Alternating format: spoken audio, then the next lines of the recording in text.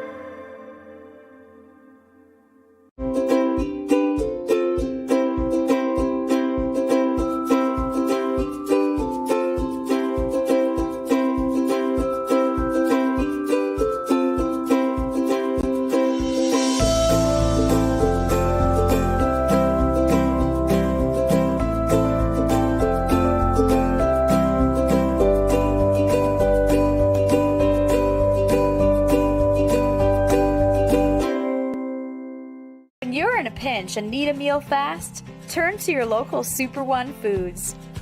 Whether it be wings and dip for watching the big game, or simply a delicious healthy meal that's sure to satisfy even the picky eater in your family, we have you covered with convenient grab-and-go food options, all at the affordable prices you've come to expect.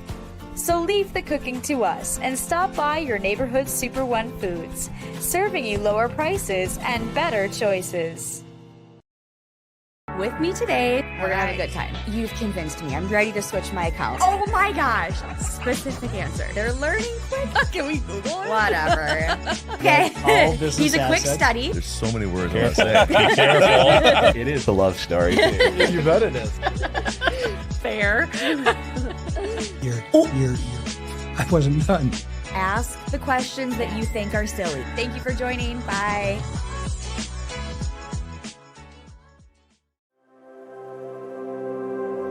Welcome to the University of Wisconsin-Superior, known for top academics and a close-knit, supportive community in a region renowned for its natural beauty. Our campus sits just minutes from the western tip of Lake Superior, the largest freshwater lake in the world. It's a superior place to be.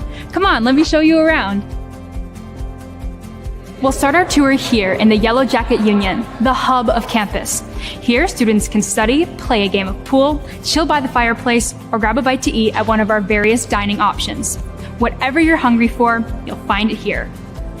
The flags here represent our international students who make up 10% of our student body. At UW Superior, you'll make friends from all around the world. Right outside the Yellow Jacket Union is the Quad, with our two oldest buildings, Old Main and Erlinson Hall, on the other side. When the weather's nice, you'll always see students hanging out here, studying, or meeting up with friends. And now, I'm going to show you Swenson Hall, a popular place for students to come out and study. It's open 24 hours a day for those who get their best work done late at night. With a 14-to-1 student-to-teacher ratio, most of your classes will be in rooms like this, with professors that know you by name and are happy to work with you. Swenson is also home to our writing center and the new esports lab, where club and varsity gaming teams practice and compete, and students can enjoy open rec hours. Here we are in Barstow, home to our natural sciences department, where students participate in hands-on research alongside faculty. The Holden Fine Arts Building is home to our outstanding visual arts and music departments here on campus. Here you'll find art studios and galleries, and the Mannion Theater, a great place to catch a concert, play, or musical put on by our students. And now we're at Ross Hawks Hall, which is just a few blocks away from campus. With 6 residence halls to choose from, there's a place for everyone. And living on campus is one of the best ways to make new friends here at UWS. In the Merkovich Wellness Center, you'll find a fitness room, weight room, indoor climbing wall, an indoor track, and much, much more. Also in the MWC is the Mertz Mortarelli Gymnasium, where you'll cheer on our Yellow Jacket athletics teams. It's not just what's on campus. Nearby lies the Twin Ports, Superior, Wisconsin, and Duluth, Minnesota, offering tons of opportunities for dining, shopping, hanging out, and enjoying the outdoors. So come join us at the University of Wisconsin-Superior, where every day is an opportunity to learn, grow, and make your mark on the world. We can't wait to welcome you into our hive. Go Yellow Jackets! There's nothing better than a Subway Series footlong, except when you add a new footlong sidekick, like the boss with a new footlong cookie. This might be my favorite sidekick ever. What? Every epic footlong deserves a perfect sidekick.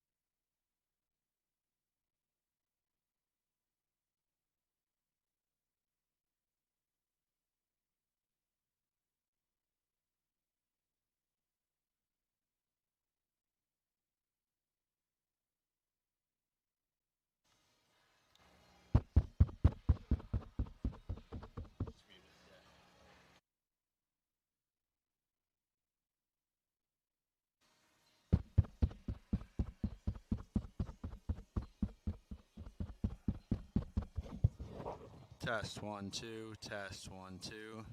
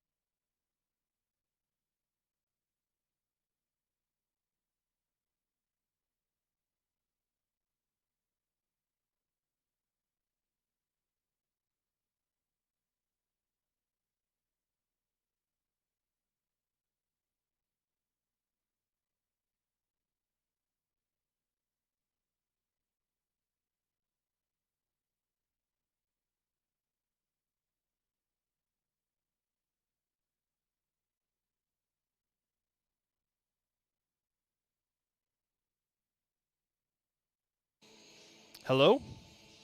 Whoops, I gotta do this. Let's try that. Hello?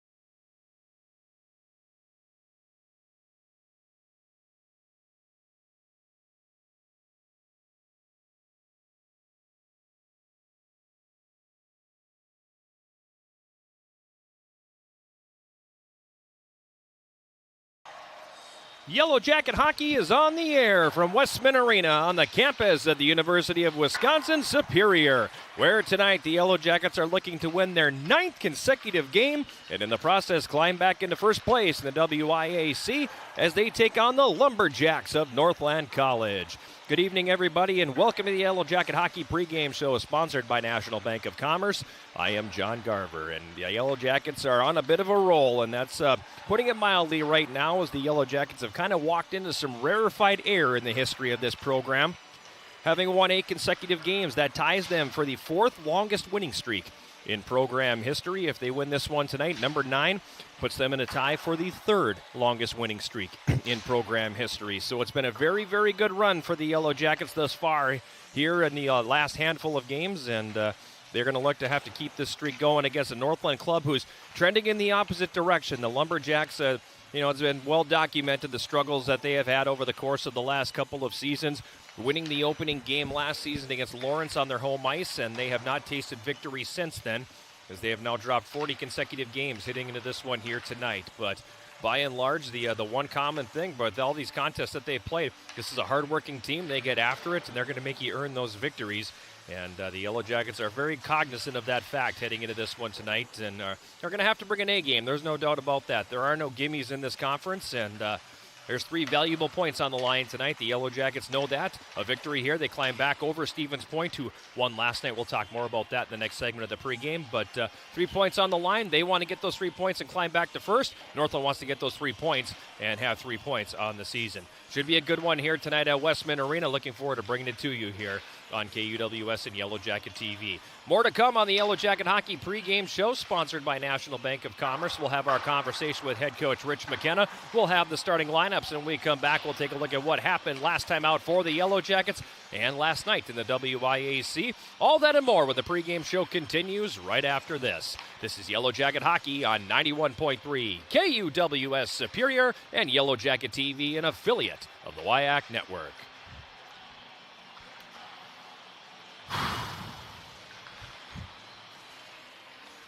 How was your burger? Yeah. Great value. Arrived really fast. Yeah, you can't beat the price. Yeah, that's on $11.25 total bill for a burger, like a large, huge burger. Yeah. And fries. Good for you.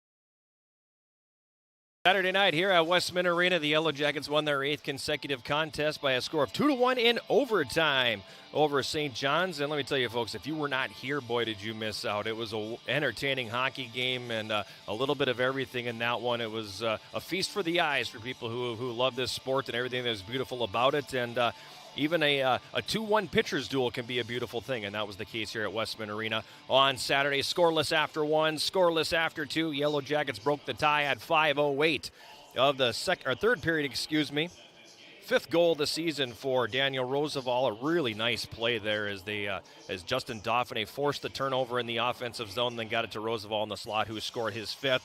5:08 the time of the goal. It was 1-0 Yellow Jackets. St. John's came back and tied it up at 12:37 of the period. Jackson time game of the season, and as the third time they won when it took only 14 seconds.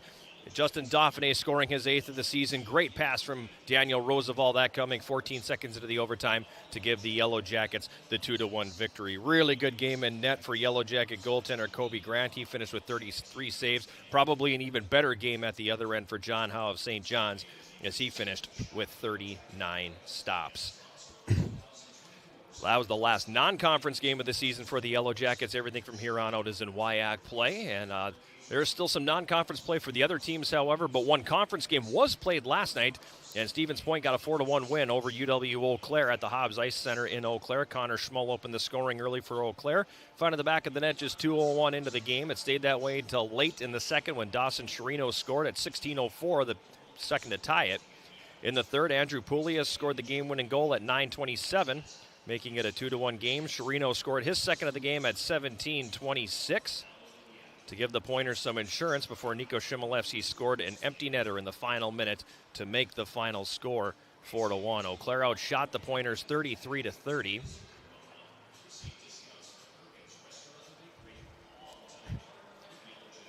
Lost my spot. There we go. 33-30, and had a 24-12 edge through two periods. Alex Proctor getting the winning goal for Stevens Point. Pointers have won 4 in a row, while the Blue Golds have lost 3 consecutive games. So what does that do to the WIAC standings coming into this one here tonight? With those 3 points last night, Stevens Point jumps into first place, 10-4-1 overall, 4-2-1 at the WIAC, 14 points. Yellow Jackets sitting in second place, 12-3-1 overall, 5-1 in the WIAC, 13 points. River Falls is tied with the Yellow Jackets. Jackets had the tiebreaker by way of the victory earlier this season. 9-6 overall, 4-3 in the WIAC, 13 points. Eau Claire sitting in fourth place, 5-9-1 overall, 4-3 in conference play. They have 12 points. UW Stout is fifth, 8-6-1 overall, 2-4-1 in the conference. They have 8 points. And Northland is sitting in sixth place. They are 0-14, 0-6 in conference play. They have 0 points. So after this one here tonight, the Yellow Jackets are off until next weekend when they host UW River Falls. But other WIAC teams in action this weekend. Northland is on Friday. Northland at St. Mary's, Stevens Point at Hamlin, River Falls at St. Olaf, Eau Claire at St. John's, and Stout is at Gustavus. Then on Saturday, Stevens Point is at St. John's, Stout is at St. Olaf, Eau Claire is at Hamlin, Northland is at Gustavus, and River Falls is at St. Mary's. Other games we're going to keep an eye on here tonight involving the UWS and the basketball teams. Men's basketball hosting Northland. They're playing right now as we speak. About midway through the second half, Jackets up 64-36. And then the Yellow Jacket women will be playing Northland as well. That's a 7:15 tip-off from the Mertz. WIAC Player of the Week this week, Nicholas Pigeon from UW Stout, led the Blue Devils to a pair of non-conference wins over the course of the last week. Scored 3 goals and an assist on 8 shots while winning 16 faceoffs.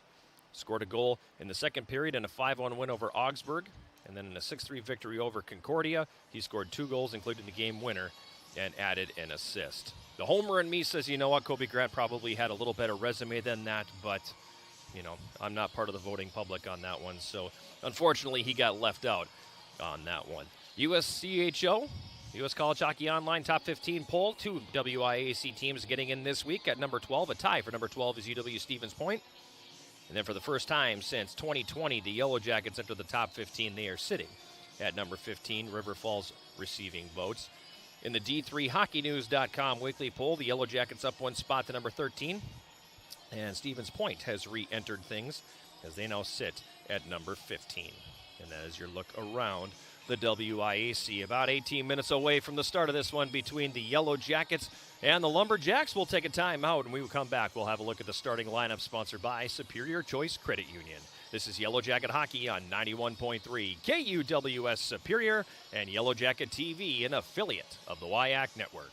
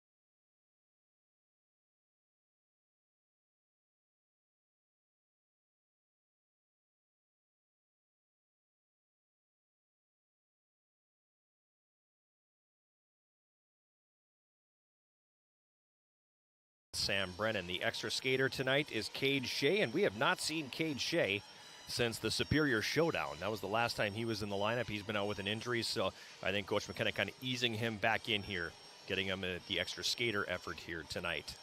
Andrew Yoakum will get the starting goal for Northland College.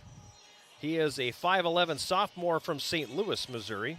Making his 8th appearance, he's 0-6, a 5.37 goals against average, and an .883 save percentage. And that is your starting lineup, sponsored by Superior Choice Credit Union. We're going to take a timeout, and when we come back, we will have our conversation with Yellow Jacket head coach Rich McKenna. This is Yellow Jacket Hockey on 91.3 KUWS Superior and Yellow Jacket TV, an affiliate of the WIAC Network.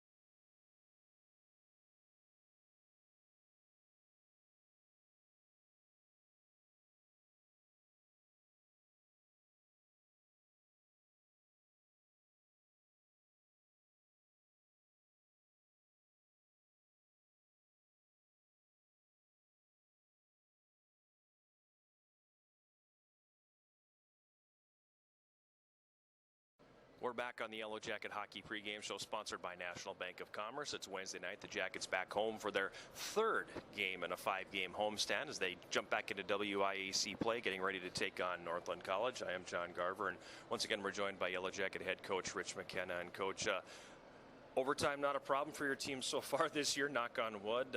3rd overtime win came on Saturday, 2-1 over St. John's in what was a wildly entertaining hockey game.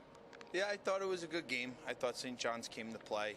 I thought both teams did some things good. I thought both teams made some, had some brain farts too, you know. I liked our game for the most part. Would have liked to see us check a little bit more. But, you know, when it went into overtime, like the goal that they scored, you know, it goes in, and like it was gut check time then, and guys kind of, you know, I thought from the goal on, we were good. And then, you know, when it went into overtime, we were like, the guys kind of took the words out of my mouth. They're like, we've been here before, let's just go and do it.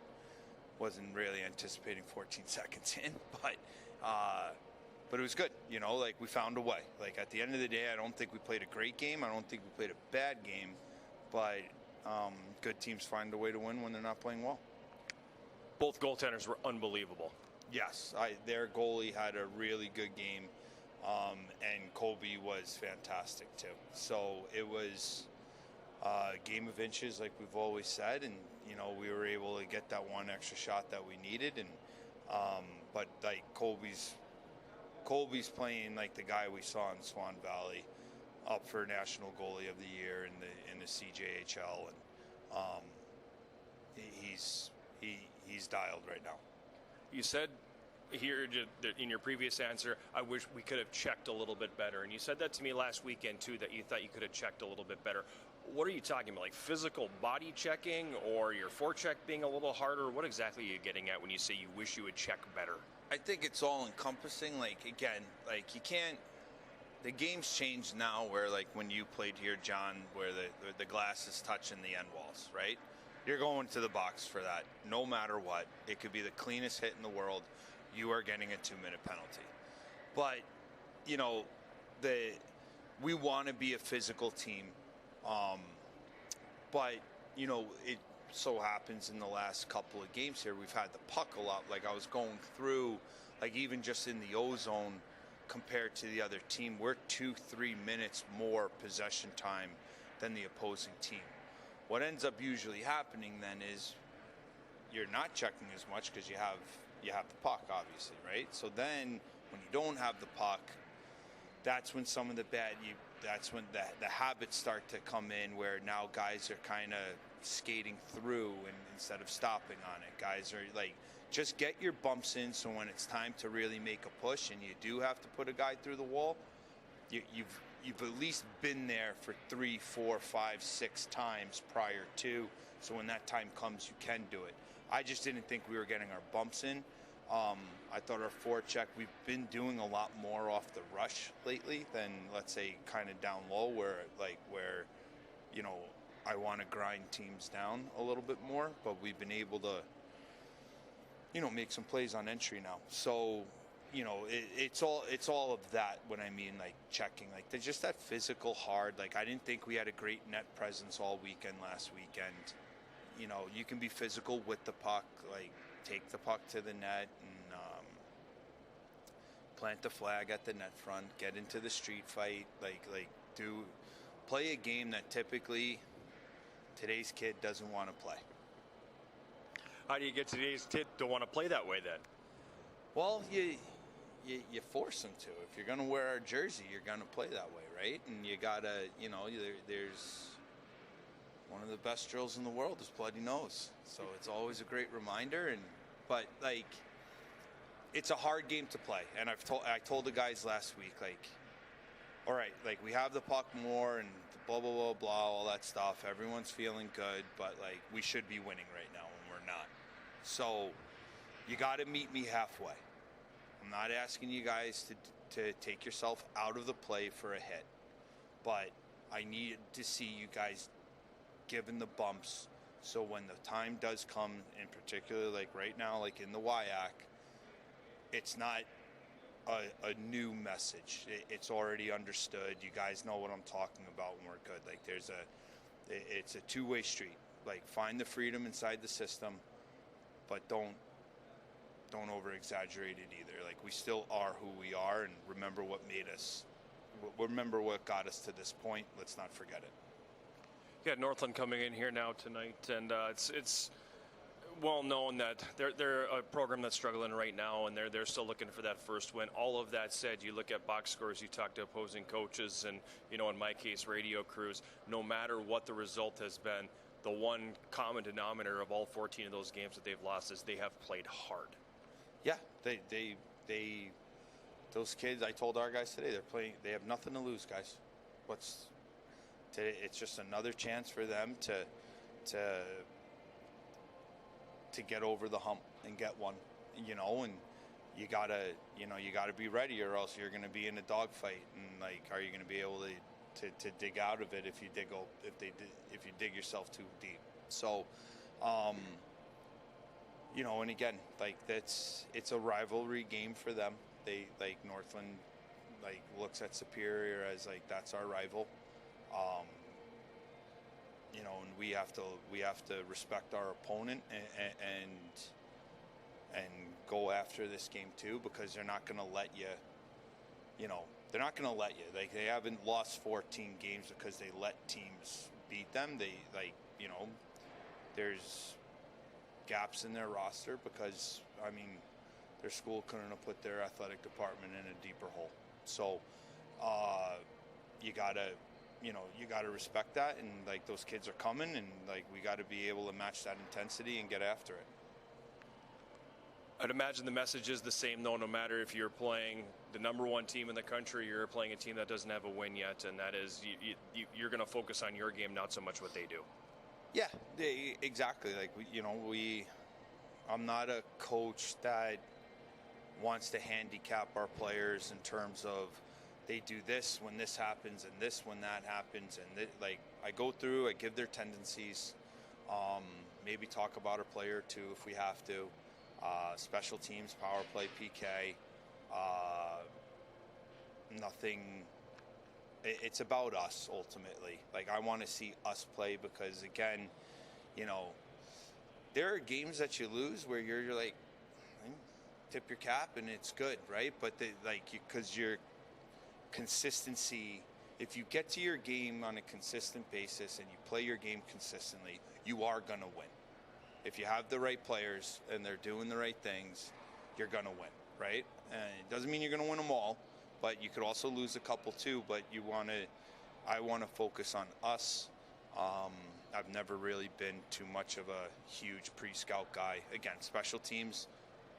Now that we're in the West, there's about a third of the game that's played on special teams. So we got to, we do have to honor that. But, and that's where you could get into, like, these are the looks that they're looking for, and you could get a little bit. But, like, you could be a 1-2-2 team, but if the puck gets rimmed, you're a 2-1-2 team. And, like, you just start, the guys, it's wasted time, in my opinion. And in Division III, you learn how to work smart, not just hard. Thanks a lot, Coach. Good luck. Take care, guys.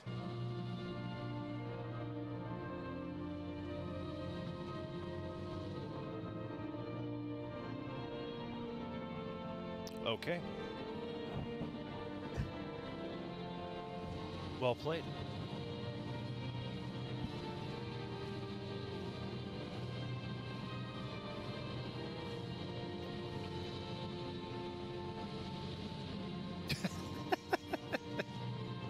Yeah, you will.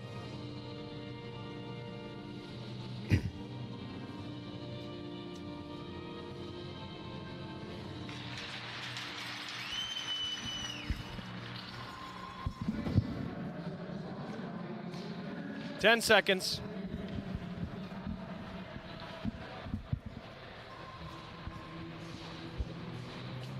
We're back here at Westman Arena, moments away from the start of this one here between the Yellow Jackets and Northland College.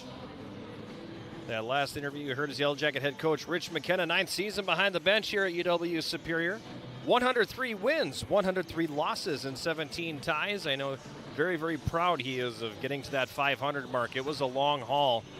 Went back and did a little research here, and the last time that he was 500 as a coach, November 12, 2016. They were 3-3. The low point was 28 games under 500, so it's pretty remarkable to see the job that Coach McKenna has done bringing this program back to where it is right now. On the other bench, Shane Wagner in his second season with the Lumberjacks, and his mark, 1 win, 40 losses, and 0 ties. Officials for tonight's game as assigned by the Wisconsin Intercollegiate Athletic Conference. Referees Taylor Vachorik and Nick Biondich, and the linesman, that's not Taylor Vachorik. That is Andrew Liebert. All right, late change. And Andrew Liebert, Nick Biondich, the referees. Kevin Kangas, Anthony Podominic are the linesmen. The opening faceoff is sponsored by Barker's Island Inn, Northern Wisconsin's Island Getaway, and the Yellow Jackets control the opening faceoff. They're traveling from left to right here in the first period. They dump it into the Northland zone. Lumberjacks go to clear. Jackets with the steal. Roosevelt to the right circle now. Dauphiné up top at the right point. Axel. He moves it over for Ryder, takes the shot. That one catches Roosevelt in front, and the Lumberjacks back the other way, 3-on-2. They get to the Yellow Jacket line and cough it up there. It comes down along the right wing boards. Lumberjacks get it back. Then Dauphiné gets a piece of that pass, and it'll split the defense and come all the way back down the ice. Puck behind the Northland goal right now. Lumberjacks come out with it and flip it to neutral ice. Bouncing puck knocked down briefly by Sam Brennan. Hunter Nelson picks it up for Northland, carries into the Yellow Jacket zone. Circles the net, plays it back up to the right point, and that's going to come right back down. Nelson now gives it to Luke Van Balen, left corner. He throws it up top, right point. Shot taken through traffic. Save made. Boschert bouncing around to the left side of the net. Cleared back up to the left point. Rubin throws that one down low. Centering fast out front. Hits a skate. Lumberjacks right back up top. Rubin shot from the left point. That catches traffic in front. Blake Holmes corrals the loose puck. Being pestered there and falls down. Gets back on his skates eventually. Passes it back behind his net now for Brennan to the left wing boards. Holmes over to the right side. Ishmael back over to the left. Sauter steps around one man. Sauter's in. Fires from the left circle. And the save is going to be made by Yoakum. He'll hold on. And we're going to get a face-off coming up here in the Northland College zone. 18:24 remaining first period. Yellow Jackets and Northland scoreless from Westman Arena in Superior. I'm John Garber. He's Jason Roan. And the Lumberjacks kind of owning the first minute here, Jason. Yeah, unless you've hosted a pulpwood convention in Westman before, we've never had more Lumberjacks in this building between the youth team from Cloquet and Northland College. Oh my gosh. It's a Lumberjacks kind of You were night. just dying to get that one out. Any later in the game and it would have been really out of place. I mean, I suppose you want to make reference to the fact that both Northland basketball teams are up the street at the Mertz too. Oh, wow. We've got them all. Yes, the drivers from LCS coaches very familiar with Highway 2. Bergstrom at the left point for the Yellow Jackets. Feeds Francois. Now up top, Danziger. Wrist shot's going to miss just wide. Lucier in the right corner. Had it for a moment, then lost it. It comes up to the right point again. Danziger lets the shot go. Yoakum, the save. Rebound was right there, and then Yoakum actually kicked it right back up the slot. Yellow Jackets were all going the other direction, though. Now behind the net, Kagawa for the Jackets. Out front looking for Lucier, but he was tied up. Nick Johnson picks it up here for Northland, and he'll play it up the right wing. Rink-wide feed on the left for Ilkos. That's going to be broken up by Danziger. Now Ilkos gets it back, and he'll send it down into the Yellow Jacket zone. Boschert out of the goal. Sets it up behind the net. Jackets quickly back on the attack now with Riddle to center to Austin Paul on the right wing. Paul sends it behind the net. It comes all the way up top at the left point. Ryder pulls it off the board. Walk fires Yoakum the save. Rebound to the left corner. It hops over the stick of Austin Paul there. Lumberjacks to clear, but it's held nicely at the point by Tyler Ryder. He tried to center. That gets blocked. Another clearing attempt. That one held in at the right point this time by Ryder. So the Lumberjacks try the part of the ice where he's not in clear. Jackets come right back in. Clemenson on the left wing. Threw that one deep. Took a funny hop off the boards. Ends up behind the net. Big check by Clemenson there, and that's going to be a penalty. As question being, how many minutes is it going to be? As the puck is carried out to center. Nolan Christie for Northland gets around one man. Gets held up at the line. Jackets will touch up. And there's the whistle. No signal as of yet, which usually means we want to have a conversation. And we'll see what we got here. It's going to be interference on Brady Clemenson. And the Lumberjacks are going to head to the power play. Better shift there for UWS, generating their first shots on goal of the game, but then fortunately nullifying that momentum by taking the early penalty here.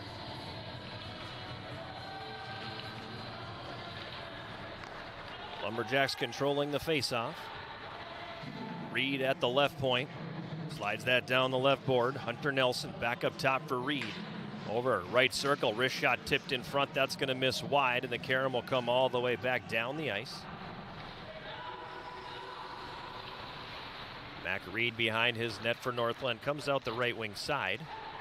Carries it to center, crosses the line and plays it in. It comes back behind the Yellow Jacket net for Holmes. He'll rip that hard around the boards on the right wing, and it's going to come all the way down. Yellow Jackets will change all four killers here. As Reed picks it up behind his net. Over to Nelson on the left wing. He flips it to the left corner, Yellow Jacket zone. Passes it behind the net. Great hop for the Yellow Jackets there, and they're off to the races shorthanded. It's Dauphiné now to center. Across the Northland line, takes the shot, right circle. Yoakum makes the save. He's going to hold on to that. Great hop indeed for the Yellow Jackets. Attempted rim around pass there by Northland College, and instead it took a right turn at the extended goal line and came right out to the Yellow Jackets and made for an easy exit from the zone, and then an opportunity to lead a rush and get an offensive zone faceoff. Membership bounce. Indeed.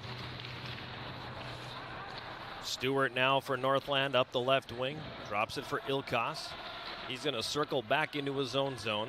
Excuse me. Leaves it for Brock Hart behind his net.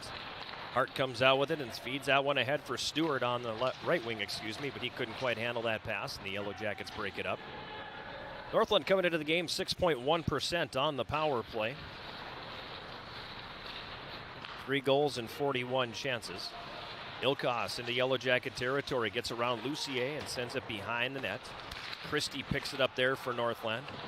They'll send that one up to Stewart on the left half board. Stewart now takes the shot that hits the outside of the goal.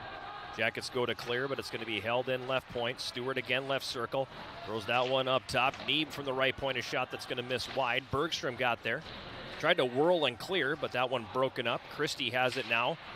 Nearly had it stolen by Lucier. Meanwhile, right back the other way. Left circle, a shot by Hart, gloved and held by Boschert. And we'll get a face-off with just 3 seconds left in the minor penalty to Brady Clemenson. 14:41 to go here, first period. Yellow Jackets and Northland scoreless. Lucier was hunting a strip and then a breakaway the other direction, and unfortunately he came up empty there. Led to a good scoring chance for Northland. Face-off won by the Lumberjacks. Rubin from the left point takes a shot that's going to go wide. Clemenson's out of the box, so we're back to 5-on-5. Yellow Jacket PK was at 88.3% coming into the game. Holmes on the left side, feeds in the middle for Ishmael to the right wing. Watt now back for Ishmael. One too many passes there as he tried to get it for Holmes coming down the slot. Now Watt picks it up for the Jackets left corner. Up top, right point, Brennan. Stick handles, fires. That one catches traffic in front. Ishmael left corner. Rubin takes it away from him. Ishmael gets it back in the left circle, carries it up top. At the right point now, Brennan. Nowhere for him to go, sends it deep. Northland regaining control with Hunter Nelson, passing it to the middle for Weber. Jackets break that one up. At center now. Holmes, his pass, easily intercepted by Hunter Nelson. And he'll dump it in. Northland will change personnel as the Yellow Jackets head up ice. Kagawa right wing. Hits the brakes to get away from trouble. Now feeds Cade Shea on the right. His shot's going to miss wide. Kagawa picks it up left board. Kind of whiffed on that one as he tried to push it down low. And the Lumberjacks will come back with it here. Puck throwing up the left wing boards. Yellow Jackets Axel breaks it up. Now Johnson's got it again for Northland. Rink wide feed for Hagley on the right. George Hagley comes down behind the Yellow Jacket net where Tyler Ryder takes the puck. Up the right wing, Lucier. Now for Shea, back to Lucier. Kicks around the neutral zone. Nick Johnson for Northland. Has it at his own line, feeds ahead for Hagley, who tips it in. Northland will change. Yellow Jackets right back on the attack. Kagawa across the Northland line. Nifty move, carries down, hits the brakes again. Tried to center for Lucier, but he was in a bit too tight. And Northland will come back with Reed. Mac Reed for Northland. Carries that one up ice. Jackets break it up. Riddle, nice move to get around one man. Riddle tried to put it through the skates of the defender, but lost it. Danziger follows up, takes a long shot. Stick save made by Yoakum. A rebound will ride the boards and come back out to neutral ice. Now Danziger for the Jackets, ahead at center. Austin Paul tipped it in. Lumberjacks take control. Long pass ahead by Ethan Rubin. They try to spring Andronique Stepanian behind the defense. Yellow Jackets able to break that one up. Now Bergstrom to the right wing for Austin Paul. Paul getting worked over by Taylor. So he'll go back behind the net now and come up the middle. On the right wing, he chips it by one man. Lumberjacks get it back. Neeb has his pocket picked on the back check by Paul. But following up here is Trey Taylor for Northland. He'll get the red, dump it in. Puck comes back down behind the Yellow Jacket net. Brennan plays it ahead on the right wing for Paul, now to Dauphiné. Dauphiné across the line, feeds into the high slot for Holmes. Holmes, quick backhand block, second shot, that one misses just high. Defender may have got a piece of that. Now it's back behind the Northland goal. Hart's got it here for the Lumberjacks. He'll throw that ahead to center. It goes off Roosevelt into the Yellow Jacket zone, picked up on the left wing. Throw back up to the line, but Holy was out in the neutral zone. Lumberjacks are going to be forced to tag up. As they dump it in, they'll peel off for a change. Yellow Jackets, Brennan picks it up now.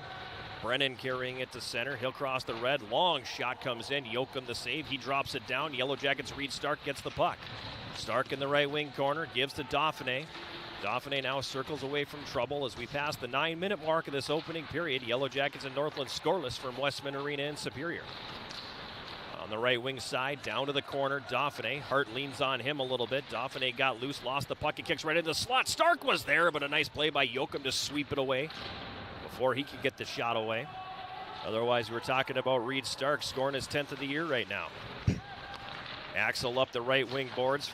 Reed breaks that one up. It bounces off his stick and comes to Roosevelt, and he'll send it into the Northland zone. Hunter Nelson gives it to Reed again, and he'll push to neutral, broken up by Ryder.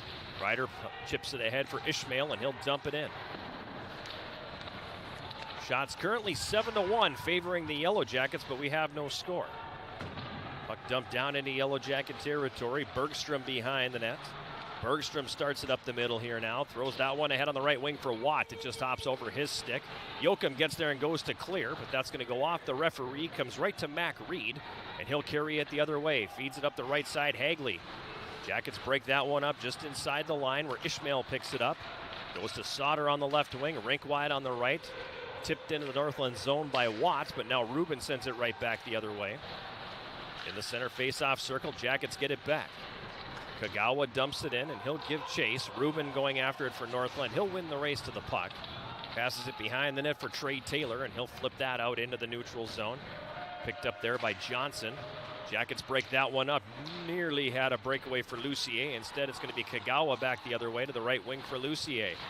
Back up top, Kagawa. Over now, Holmes, left circle, back across, Lucier fires, and that one ends up in the left corner. They had Lumberjacks diving all over the place on that one. Beautiful puck movement there by the Jackets. Now comes down behind the net. Now it's Kagawa. Centering feed comes right up the slot. Ilkos is going to tip it out into the neutral zone, and the Yellow Jackets will regroup quickly. Holmes ahead on the right wing. Lucier back across the line. Gives to Kagawa. He tips it in, and it's going to be swept to the left corner. Jackets pick it up there with Francois. Behind the net, Kagawa. Kagawa spins away from a check now. Carries behind the net to the right wing corner, Northland zone. Centering pass out front. Lucier fans on the shot. Falls down. Throws it into the goal mouth. It goes right through the crease. Left corner. Comes now to the left circle. A shot by Francois over the top of the net. Now it's back down behind the net. Hutchinson for Northland as the Yellow Jackets will commence line change here. 8.5 minutes to go. First period. We're scoreless. Puck dumped into the Yellow Jacket zone. It comes to the left wing corner. Ryder bumps into his man. Now Neeb has it. A sharp angle shot. Save made by Boschert. Left wing corner. Yellow Jacket zone. Neeb battling forward. He's being roughed up a little there by Riddle. Neeb gets away. Neeb tied up by Riddle. Neeb gets the puck back. He has it right wing corner, carries up the boards. Up top, Leppert takes the shot. That's going to be blocked by Austin Paul. Now it's going to be a 2-on-1 for the Jackets. Paul across. Clemenson takes the shot, and the save is made by Joachim. Good job by Clemenson to settle that rolling puck down and get good wood on it. Thrown back the other way now. Stepanian wins the race to the puck. Danziger pokes it away from him. Wouldn't have counted because it's offside. Yellow Jackets able to clear. Trey Taylor gets it to the Yellow Jacket line, or it's going to be broken up. Just sitting inside the line. Lumberjacks pick it up, and they'll play it deep. About 5 minutes here without a stoppage in play, and I love it. Yeah. Right wing corner, Yellow Jacket zone, and I spoke too soon. You jinxed it. We get a stoppage in play with 7:29 to go here in the first period. Carson Riddle is down on his knees right now in the Yellow Jacket zone, and I don't know... he's fresh off the injured list anyway. They didn't know if they were going to call a penalty or if they blew that dead because the puck was underneath him. Yeah, a bit of an awkward tangle up there. And he slams his stick as he goes to the bench. He's not a happy camper. He was able to get himself off, but he's going straight to the locker room. Yep. Not a good sign for Carson Riddle. He's been a little dinged up here of late. He was injured in the, excuse me, in the UMass Boston game. I had to think about it for a second. He was hurt in that game, and watching the way he went down in that collision, I'm like, all right, we've seen the last of him. That's going to be an awfully uncomfortable way to make that trip home. And in the third period, he was back. So, I imagine this may be something kind of aggravating the same thing. But we'll just have to wait and see. Right now, they're checking on his neck area, having him do some stretching of his head from side to side. A reminder, if you're a Yellow Jacket fan looking for great team gear, visit our official Yellow Jacket Sideline store and browse all the current styles of Yellow Jacket apparel and accessories, including the same gear the Yellow Jackets wear. The Sideline store can be found at uwsyellowjackets.com/shop. Reed Stark picks up the loose puck and carries it to center with speed. He'll cross the Northland line on the right wing, gets around one, drives it to the net, takes the shot, and Yoakum makes the save. It ends up in the left wing circle now, and Stewart's going to come back the other way for the Lumberjacks. He went to dump that one in, and it was blocked. Now the Yellow Jackets on the right wing with Roosevelt. He'll dump it in. Trey Taylor for Northland. Tied up along the end boards by Dauphiné. Jackets in there, coming out with it, Roosevelt. Roosevelt carries to the left side. Holmes creeping down from the left point. Held it for a moment. It comes back up to the line. Stark was there, and it's going to hop away from him and come to center. He passes to the right wing board for Brennan. Brennan now right circle, takes the shot. It's blocked. Ends up behind the Northland net where Trey Taylor picks it up. He's bumped into the boards there by Dauphiné as the puck comes back to the right wing corner. Holy has it for Northland. He'll wrap that back around to the left wing side, held in at the left point. Holmes sends it deep. Brennan down low now for Sauter, right corner. Holy knocks him off the puck. Dyson German picking it up for the Lumberjacks. Nearly coughed it up in the left circle. Instead, backed that one up a little bit. Lumberjacks to clear, held in. Brennan shot blocked. It's loose in the left circle. Northland will take control of it here now and play it back the other way, but the Jackets intercept and come right back on the attack. Across the Northland line, Sauter walks, gives down low for Ishmael, and he scores! What a nice feed that was by Trey Sauter, going against the grain, finding Ishmael back door. 1-0 Yellow Jackets.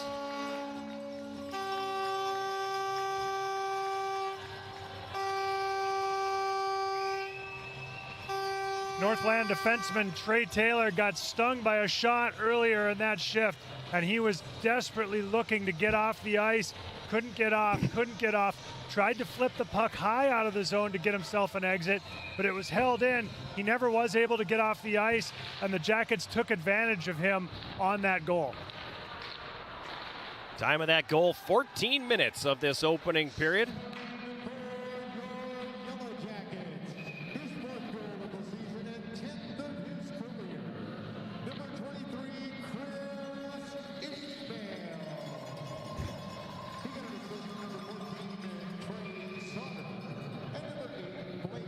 Another helper for Blake Holmes, his 5th in the last 3 games. Jackets with the 1-0 lead. They win the faceoff. Lucier from the left circle takes the shot. It gets blocked. Neeb comes back the other way here for the Lumberjacks. He'll slide it into Yellow Jacket territory. Along the end boards behind the goal, working it loose. Tyler Ryder for the Yellow Jackets. Ryder now comes up the right wing with it here. Ryder across his own line. Over to the left wing boards for Lucier. He gets around one man. Into the high slot, he drops it. Axel picks it up. Axel turns and fires, and that's going to be deflected up into the netting. And we'll get a face-off coming up here in the Northland zone. Always good to score first, but feels extra good when you've amassed an 11-1 shots on goal advantage. And you want to get that payoff. You don't want to get to the point where you start squeezing the stick too hard. So nice for the Jackets to break through. And he 7-2 on the season when the Jackets score first, so we do like to get that first goal whenever we can. Danziger right point. Had ideas of chasing that one down, but thought the better of it and stayed at his post. Lumberjacks will get the loose puck now and clear that back out to center. It comes down behind the Northland goal. As we pass the 15-minute mark of this opening period, it's a 1-0 lead for the Yellow Jackets. Danziger from the neutral zone flips it back in and hops over the stick of Christian Shields. Shields now passes it ahead on the right wing. Rink wide feet on the left for Ilkos. Ilkos tried to win the foot race against Danziger. Probably would have, but can't win the reach battle there. Danziger quickly up the right side. Got it to Austin Paul. He takes a man down. That's going to be a penalty on the Yellow Jackets. Now the question on this one. How many minutes and what kind of penalty will that be? Glad to see George Hagley hop right up there for the Lumberjacks. That was an ugly looking hit from behind.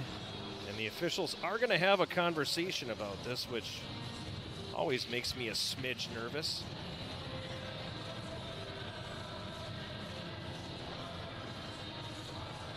They're going to call check from behind, but it appears of the 2-minute variety.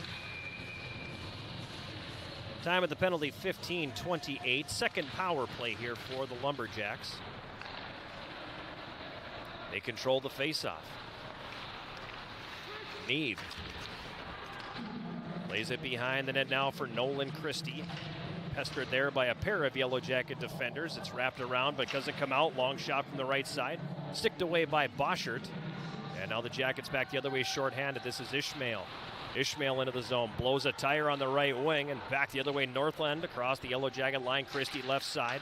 Over to the right circle. Now back across to the left. They had Neve on the back door, but Bergstrom got the stick in this passing lane. Now it comes right on the goal mouth. The shot. Boschert makes the save, and then he'll slap the trapper down and cover as the clock continued to run a couple seconds there. We'll take it. A series of timely saves by Boschert after really not seeing a puck for a long span of time in this one. Made 3 really good saves in short order there. 3:50 to go, opening period. It's 1-0 Yellow Jackets. Face off to Boschert's left. Riddle back on the ice here to kill this penalty up front with Dauphiné. Ryder and Bergstrom back on the blue line. Puck is in the right corner, Yellow Jackets zone. Dauphiné tried to chip it past the defenseman Reed, but he was able to hold the zone. Right wing corner, Yellow Jacket end of the ice. It comes back behind the net. Hutchinson has it poked off his stick, and Tyler Ryder will elevate that over everybody and send it the distance with 55 seconds remaining in the minor penalty to Austin Paul. Reed from behind the goal, over to the right wing. Weber passes to the middle for Johnson, but the Yellow Jackets able to break that one up. Reed plays it back to his own line, gives to Nelson on the left wing. Pass over to the right, that's knocked out of the air by Dauphiné, but Weber picks it up. Now for Reed and up the left wing, Johnson across the Yellow Jacket line. Hutchinson stood up beautifully by Blake Holmes. Textbook on how to stand a man up and then actually knock him down, I guess. And the Jackets able to clear that one all the way down. Reed starts up ice. Reed on the right wing. Caught from behind by Dauphiné. Loses the puck. Bergstrom will clear. Yellow Jackets will complete the change of penalty killers here as Austin Paul rises to his feet. The door is open. He leaves the penalty box, and with 2.5 minutes to go here in the opening period, Yellow Jackets 2 for 2 on the penalty kill. Now a steal. Francois for the Yellow Jackets. Saucer pass out front. They score! What a great feed from Matt Francois. Iki Kagawa in the slot, and the Jackets lead 2-0. Ethan Rubin, the freshman defenseman, the victim there, had his pocket picked by Matt Francois. Turned a little defense into offense, and the Jackets make it a 2-0 lead. What a great feed by Francois. I have to go back and look, but I think this is a guy who had maybe 8 point last year. Now up to 7 on the season, putting together a really nice final campaign in the black and gold. The 5th goal of the season for number 19, Iki Kagawa.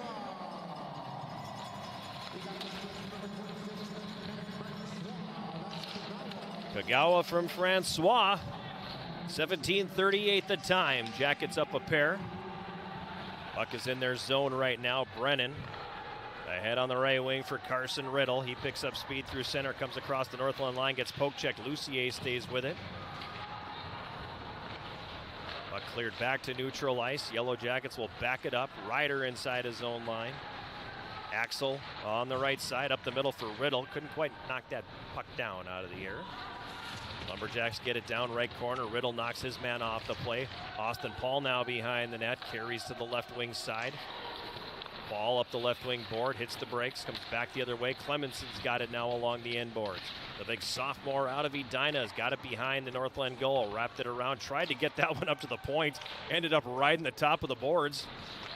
Jackets able to maintain control. Riddle up top, gets it to Ryder. Ryder escapes a checker now, has it in the right circle. Circles behind the Northland goal. Pulls up in the left corner. Centering pass wanted Riddle there, but he was tied up and couldn't get the shot away. Now the puck comes all the way back out to neutral ice. Ball on the right wing. Waits for reinforcements to arrive and then sends it deep. It comes behind the Northland goal. Left board. Dauphiné now behind the net, Stark. Stark into the high slot. Brennan a one-timer. That gets blocked. Hunter Nelson to center. He falls down and then turns it over. Yellow Jackets get it back. Brennan carries up the right side across the red. He flips it in. Puck lands left wing corner. Trey Taylor back there for Northland. Passes up the right wing. Yellow Jackets can't get there in time, and the Lumberjacks come to center. Flipped in toward the goal and guided away with the blocker by Boschert. On the left wing side now, Dauphiné clears it to center. Out of the reach of Stark. Icing waved off as Holy gives chase. He uses the end board to get away from Stark. Then they nearly turned it over in front of the net as Dauphiné was closing in. Lumberjacks take it back the other way. Nelson up the left wing across the line. And the horn will sound, bringing this opening period to a conclusion. Not a bad period for the Yellow Jackets. Wasn't their finest period, but at the end of the day, you'd rather be up 2 than down 2. Absolutely. Good to go into the intermission with a lead and really capitalized on the best scoring chances they had in that period. 2-0 Yellow Jackets after 1. We'll take a break and come back with our first intermission, sponsored by Hovland Incorporated, right after this.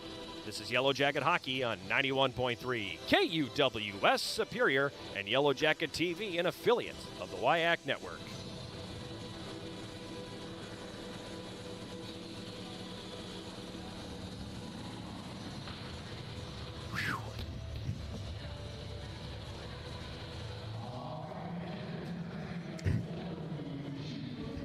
That's okay. Neat. I like it.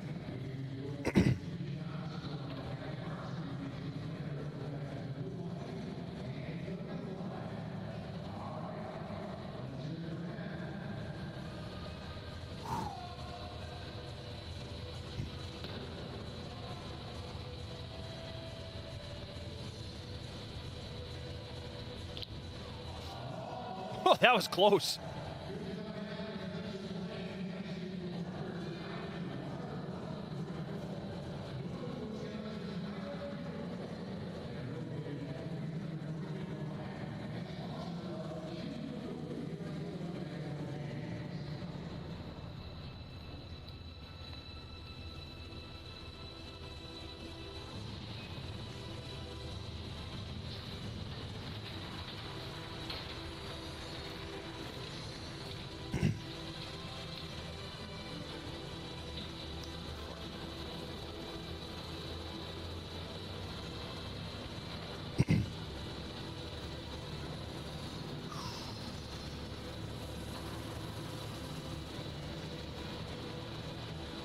Oh.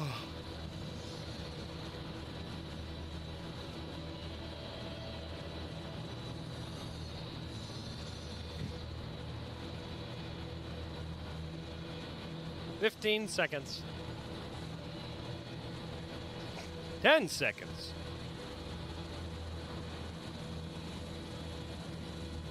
5 seconds. We're back here at Westman Arena. It's our first intermission, and as always, the first intermission is sponsored by Hovland Incorporated. And after 20 minutes, the Yellow Jackets have a 2-0 lead over the Lumberjacks of Northland College.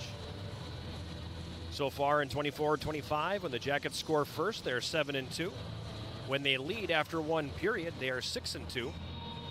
So the Jackets, when they get that early lead, are pretty good at holding on to it, Jason. Bodes well, and like we've also talked about so far this season, it's been nice to see the Yellow Jackets be able to rally from deficits a few times. But this is a game where you just do not want to get into a deficit situation. You don't want to dig yourself a hole. You don't want to give Northland any belief. So it's great that the Jackets came out and got a quick start in this one. Yeah, typically, when you know you're going to be in a position where you're probably overmatching a team, just get it out of the way early. Exactly. Don't let them hang on or anything like that, or give them that hope that they might be looking for. So glad to see the Yellow Jackets pop a couple. And it took a while, but it wasn't from a lack of opportunity, because, I mean, you talked at one point, shots were 11-1 or whatever it ended up being, and it was a pretty good surge in the offensive zone for the bulk of that period.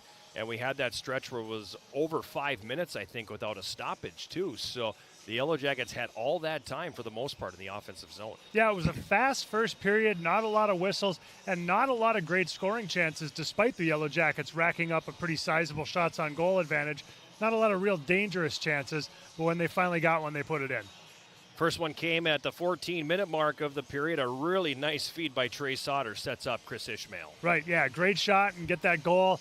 Like you said, take away any hope from Northland right off the bat. Get that first goal, get an early lead. Ishmael's fourth of the season as Sauter found him on the back door, and he one-timed it up high and got it past goaltender Andrew Yoakum. Blake Holmes also got an assist on that one, and it was 1-0 Yellow Jackets. And we made note of it earlier, probably good thing to say once again, 5 assists now in the last 2+ games for Blake Holmes. Basically, 5 assists in 7 periods, not too shabby. He's playing his best hockey as a Yellow Jacket right now. Absolutely, and you could also say that for a number of the Yellow Jacket defensemen. We've really been seeing the defense core as a whole playing with increasing confidence and contributing on both ends of the ice. Yellow Jackets killed off their second penalty late in that first period, and 10 seconds after the kill ended, the Jackets took it to 2-0. Great play by Matt Francois. Right, yeah, great forecheck, which has got to make Coach McKenna happy. He talked about that in the pregame. Not so much a physical play, but being dogged on the puck, stole it from the Northland player, and then zipped a nice pass across to Iki Kagawa, who didn't make any mistake with it. Yeah, 5th of the year for Kagawa. Francois, the assist against 17:38, the time of that one. 2-0 Yellow Jackets after 1. Shots on goal in the opening period, really nothing that makes you go, wow. 12-4 favoring the Yellow Jackets, but I think if you look at quality opportunities, if you look at possession time, Coach talked about it in the pregame, there is a definite advantage territorially for the Yellow Jackets right now. Yeah, strong territorial advantage for UWS. Coach talked about getting your bumps in the pregame show. There wasn't necessarily a lot of that, so we'll see how that goes as this game goes on. But UWS has managed to maintain a lot of puck possession without having to get a lot of bumps in so far in the offensive zone, just through their speed and puck movement. Penalties in the game so far, there's only been 2 for 4 minutes. They both go to the Yellow Jackets, and the PK very, very good. Northland basically, they won each faceoff to start the power play, and they did a nice job of at least getting set up and getting some puck movement, but in the end, the PK was pretty strong. Yeah, you look at a period where you outshoot the other team 12-4, and maybe your mind doesn't immediately go to the work that your own goaltender did, but on those 2 penalty kills, Jack Boschert did a heck of a job between the pipes for UWS, made the key saves when he needed them, and the old adage is, your goaltender needs to be your best penalty killer, and he was in that period. You know, and I mean, for a large chunk of that first period, he was the guy at the lonely end of the rink. We didn't say his name. He didn't have any shots come in. I think there was one on that first shift, and then we didn't hear from him again until later on in the period when we had to, and he was fantastic. And that can be hard on a goaltender to have to go that long without seeing any shots. Sometimes it's hard to get into or stay in the flow of the game. So it was excellent for Boschert to be able to respond when they needed him on those PKs. At the other end, 10 saves for goaltender Andrew Yoakum of Northland, and he faced some tough ones in there. He had a nice period. Yeah, he did. He didn't have much of a chance on the 2 goals that ended up behind him. So, you know, he's doing all he can to try to hold the Lumberjacks in the game. 2-0 Yellow Jackets after 1. It's our first intermission sponsored by Hovland Incorporated. We're going to take a quick timeout, and we will come back with more of our first intermission where we'll have another installment of The List. I haven't done that in a while, so I thought, you know what, I hadn't had a chance to record anything this week, so, you know, let's do a list, and let's talk about John's favorite opposing rinks. Okay. We'll do that right after this timeout. This is Yellow Jacket Hockey on 91.3 KUWS Superior and Yellow Jacket TV, an affiliate of the WIAC Network.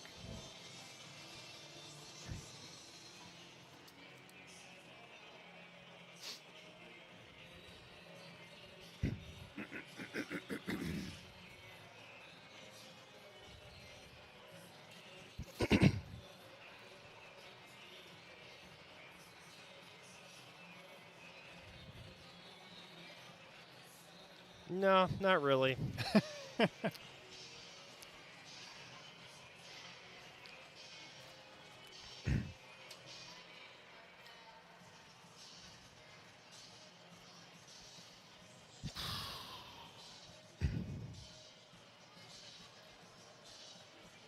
you ever play in the glass field house? Yeah. In Bemidji? Yeah. Just trying to think of weird ones that aren't on the schedule now, you know? Yep. Never called a game there, though. I worked a game there, like, as a reporter, but... Yeah, it was an interesting barn. It was an interesting barn. You know, leave the ice, you go out the door, and you'd have to walk behind the net and down a couple of hallways and to get to your locker room, which was like their basketball locker room, I think. So it was just a really strange environment. Not a rink with personality, None. but an odd, unusual rink. Reminds me of Air Force Academy because it's the same setup. A little bit. It's the same. They got the rink and then the basketball gym. Yeah. Yeah. 15. But the interesting thing about that, I mean,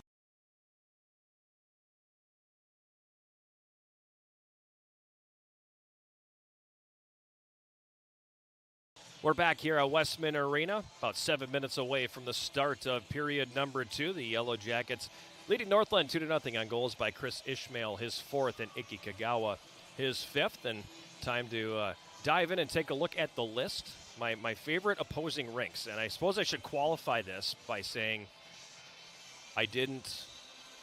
these are ones I called games in. Not necessarily rinks I played in, only the different places that I... So we aren't necessarily going back to the USHL here. We aren't necessarily going back to the high school days.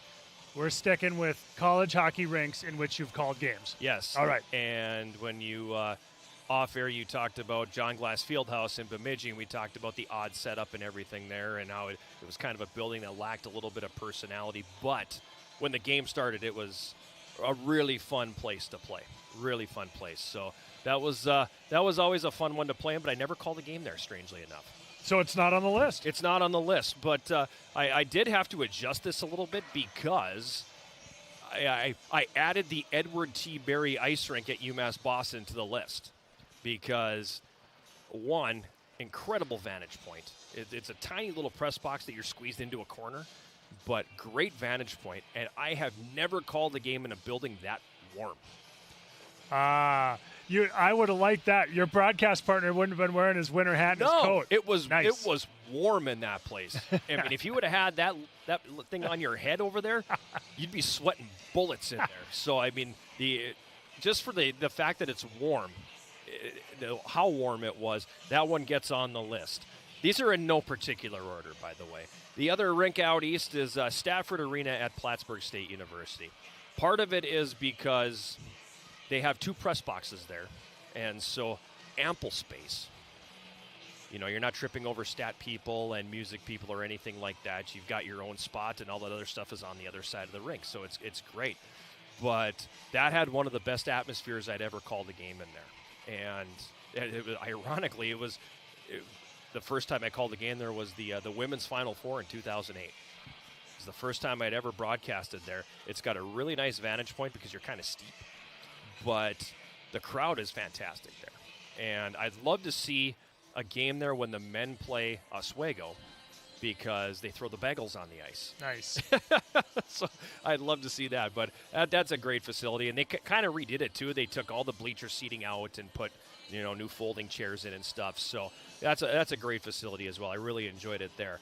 Coming back west, a couple of new ones. Tria Rink that Hamlin plays out of is a great facility to call a game in. And it's the aesthetics of that place with the glass wall and, you can see part of downtown St. Paul and everything is a really great place to call a game. The first time I was there, I had a really difficult time getting a signal. The internet kept dropping. And I think I counted 28 drops. And so to this day, side story, to this day, I have a framed picture of Harry Connick Jr. in my office. Why? Because whenever we would drop signal and they had to get something on the air so we didn't have dead air, he would just hit play on this Harry Connick Jr. CD that was in there. And so that night it was more like my broadcast interrupting a Harry Connick concert. And so he thought it was hilarious and gave me when he graduated, gave me this framed Harry Connick picture and a CD of a concert. So that, tough time getting a signal in downtown St. Paul, but by and large, great facility. It did lose points when the Tim Hortons that was in the lobby closed. So, it's got that going against it. But because the old SID there, David Wright, who is the voice of Minnesota high school hockey, if you watch the state tournament, he's the PA announcer. When that building opened, because they've had kind of a vagabond existence, Hamlin had. And when that building opened, he sent me a message and just said, "There's a Tim Hortons in my arena. My arena is better than yours." And so the second time I went down there, the Tim Hortons was closed. And so I took a picture outside of it, and I said, now my arena's better than yours. St. Olaf Ice Arena, not the Northfield Ice Arena. The new one at St. Olaf is fantastic. They did it right, and it's a perfect Division III rink. They gutted an old field house, I believe, and dumped a bunch of money into it, and it is a great place. I've only called the game there one time, and we kind of were – it was at the tail end of COVID, so I had the masked police standing next to me that whole game. And any time that mask just came down a little bit, she was hitting me on the arm and signaling to pull that mask back up. She stood next to me the entire game. Oh, the memories. That was the only thing that worked against that building. It was a great place to watch a game. And then my last favorite opposing rink, KB Willett Arena in Stevens Point. It was a great building to play in. I loved playing there. And it's a great building to call a game into. You're right on top of the action there. You don't have nets, you don't have glass in front of you or anything, so you got to keep your head up because that puck will come zipping your way. But it's a fabulous place to broadcast the game from. It's always full. The student section is loud and rowdy and not afraid to call players out. I can still remember when Dale Lupel got all those game disqualifications against St. Thomas back in, I think, 2004. The referee gave him 6. Wow, emphatic. Yes, he gave him 6, which means he had to sit out a lot of games. Or it wasn't 6, maybe it was 3 and he sat 6 games. But so his first game back was at Stevens Point. And the student section all came in with Dairy Queen cups that had DQ on them because he got all those DQs. And so Dale comes skating out and he sees these DQ cups and he loses it laughing. And then afterward, a bunch of the students were waiting for him after the game to autograph the DQ. It was tremendous. So I love the student section there, even when you're on the short end of the stick, which unfortunately for us, we have been quite a bit over the years. But all in all, that is probably my favorite building to broadcast a game from. So many games there and many more to come. And at some point, it's a great place. Absolutely love it. What I miss most about opposing rinks are the old days in college hockey when there was food in the opposing rinks that was just out of this world. Like the chicken wild rice soup at Mariucci Arena was always a highlight. And you'd go to these different rinks and there was sometimes really good food served to the writers and reporters, radio voices. It's fantastic. And then, austere times came to college sports and the food kind of disappeared or was downgraded considerably, but I was lucky enough to be able to get in on the tail end of the good old days. Both teams back on the ice here for the start of the second period. Yellow Jackets going from right to left here in the middle frame. They'll win the face-off and dump it in. Picked up behind the net now, goes off of Roosevelt and comes in on goal, and the save is going to be made by Yoakum. He'll cover that one up. And 8 seconds in, we'll get a face-off. I really didn't have the food experience in most places. Division III doesn't do that. You're lucky if you get a power strip in a lot of these places. So you're not going to get any kind of food. But I remember those couple of years where I was doing hockey with Tim Hennessy at North Dakota, the Ralph took area. Yes. The Ralph took area. There was some good grub in that place, and no shortage of food and beverage when you were a working media member there. Puck dumped into the Yellow Jacket zone. It's going to be chased down by Ryder. He'll leave behind his own net now for Dauphiné, up on the left wing for Roosevelt. Gets to the Northland line where it's broken up. Now Roosevelt's got it in the neutral zone, and he'll backhand that in. Right wing corner, Northland territory. Reed Stark giving chase. He takes his man out. Puck comes right out front. The shot by Roosevelt, and the save is made by Yoakum. Wow, textbook forecheck there. Stark takes the man. Dauphiné gets the puck. Roosevelt, point-blank opportunity. Great play all around by the Yellow Jackets. Stark taking the body, like you said, generates a great chance and just an even better save by Andrew Yoakum there. Right wing corner, Sauter's got it for the Jackets up top at the right point. Brennan, his pass into the middle, hops over the stick of Holmes, and the Lumberjacks back the other way. Hagley on the left wing. Tried to feed it to the middle for Ilkas going to the net. And that one doesn't connect. Puck will go out of play, and we'll get a stoppage. Not a lot of souvenirs in this building with the high glass, but that one cleared it easily. And a couple of those youth Cloquet Lumberjack hockey players are after that one.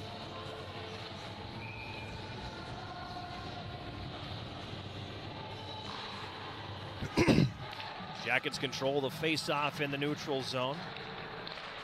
On the right wing, Brennan tried to feed that one up for Watt, but it's broken up. And then a big collision just in front of the scorer's table between Hagley and Brennan. Both go down, they both get up. Everybody on the bench looks okay. I think that puck ended up getting deflected up into the Yellow Jackets bench. Nobody's searching for teeth or anything. Yeah, no one's looking for the trainer or anything like that, so everything appears to be simpatico there. Jackets go to dump it in. Gets knocked down and breaks the stick of Hagley. Meanwhile, Ishmael left circle tried to feed it toward the net, but it's broken up. Now back the other way. Lumberjacks to center, weaving through traffic. Ilkos loses the puck. Following the play and picking it up, Leppert a long shot. Glove save Boschert.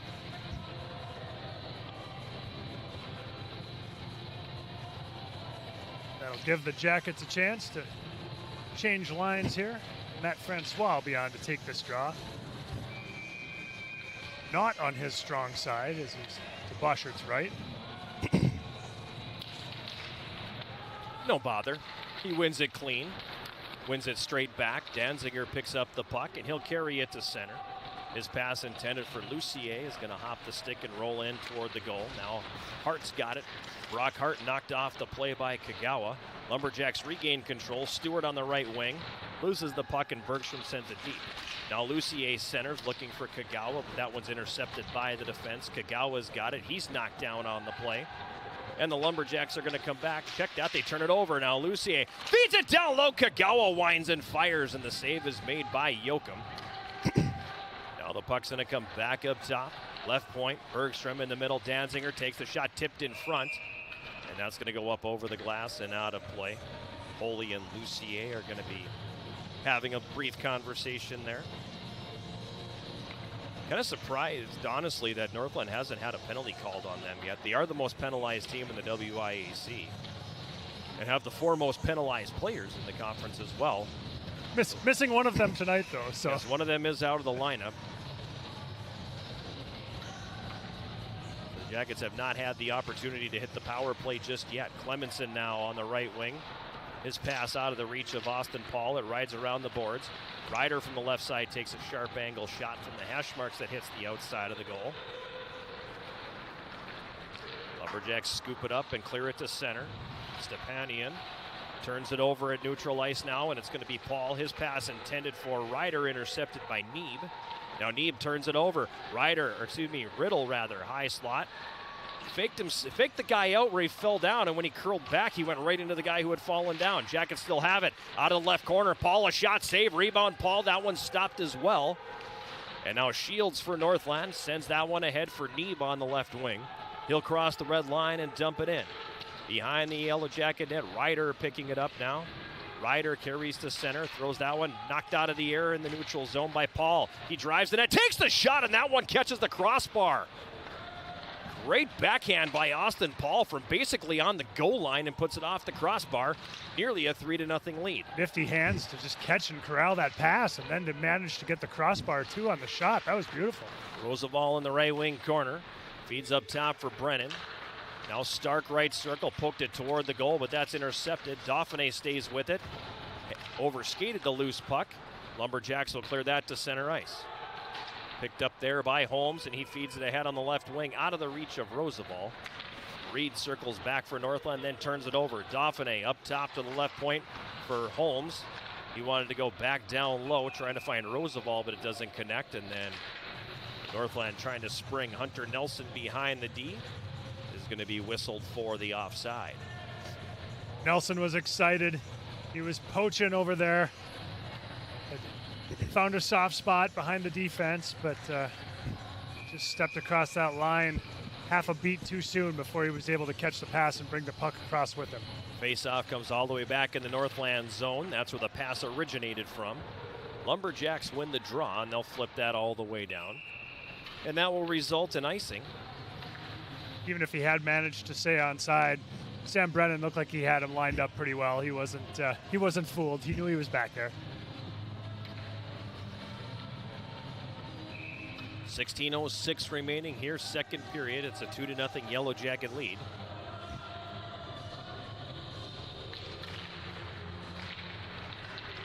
Stark in the left wing corner. Tipped it behind the net now. It's going to come back up to the line. Carried to center by Hagley.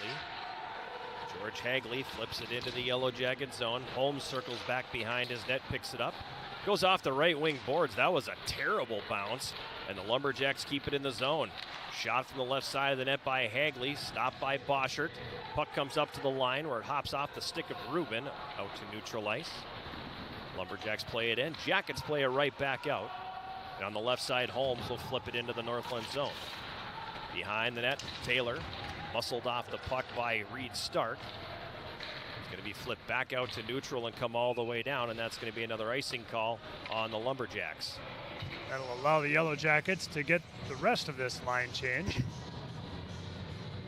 And keep a tired unit on the ice for Northland. Our next sports broadcast on 91.3 KUWS and Yellow Jacket TV coming your way on Saturday. Women's hockey is back home to take on UW River Falls, the number 2 team in the country in a home-and-home series. Jackets come back on the attack. Ishmael across a one-timer, and he scores! Great pass by Chris Ishmael. Better shot by Gavin Watt, and it's 3-0.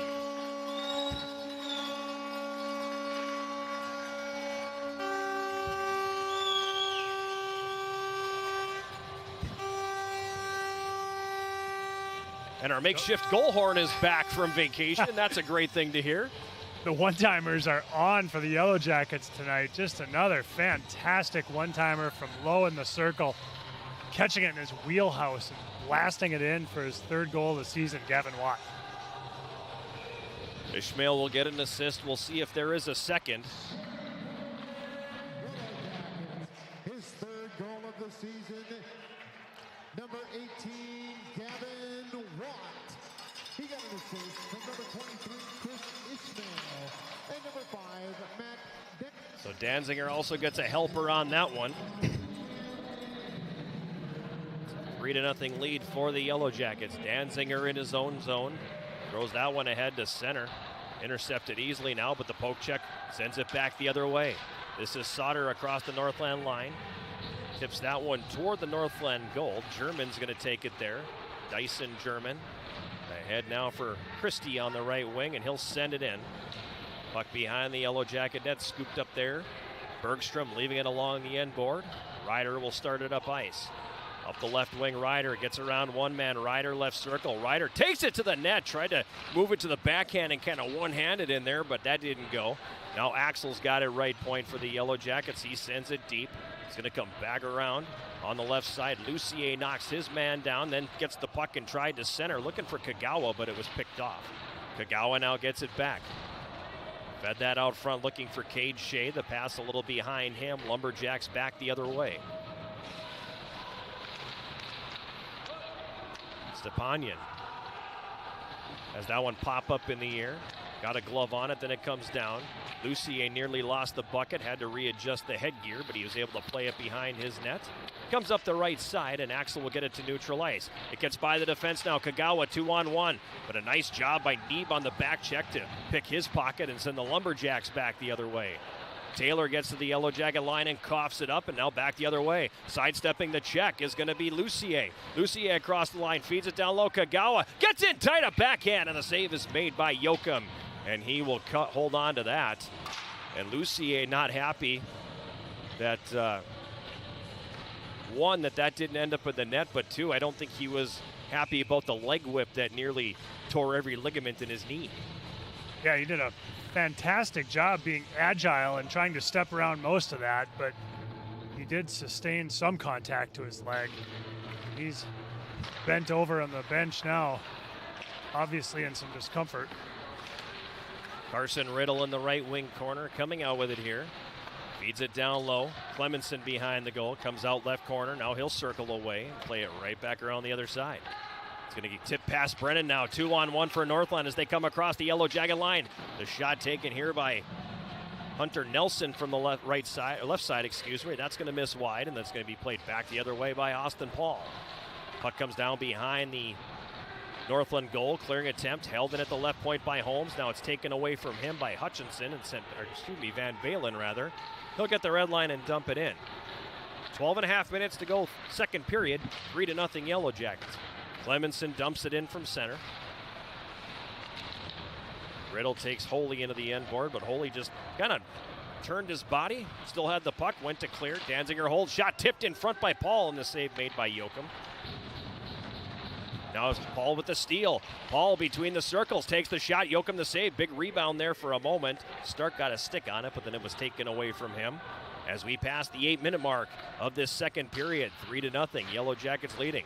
Dauphiné now picks up speed across the line on the right. Pokes it past the defender, stays with it right corner.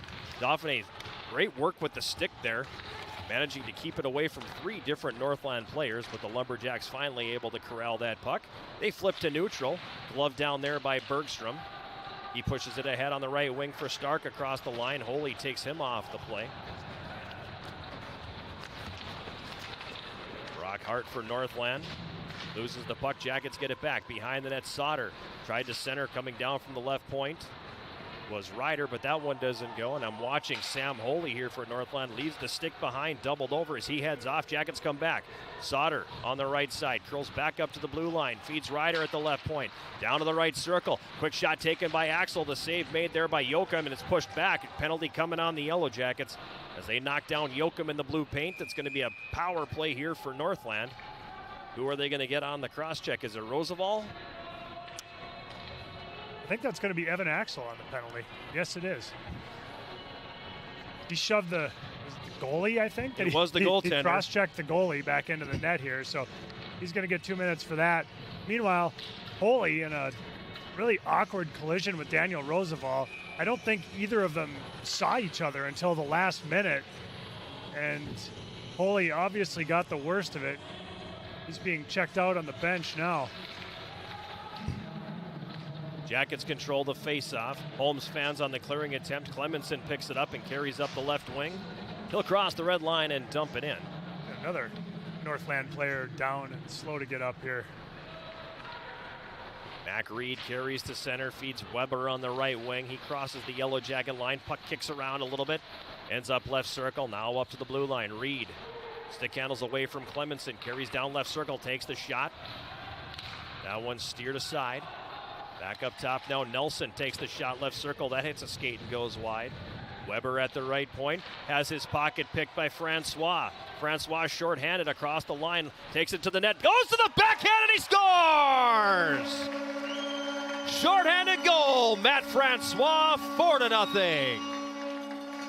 Great finish there by Francois. He outweighted the goaltender, held the puck and held it as he cut across the front. Ended up finding himself with an empty net and tucked it in on the backhand. 9:44 of the period, the time of the goal for Matt Francois, his 4th.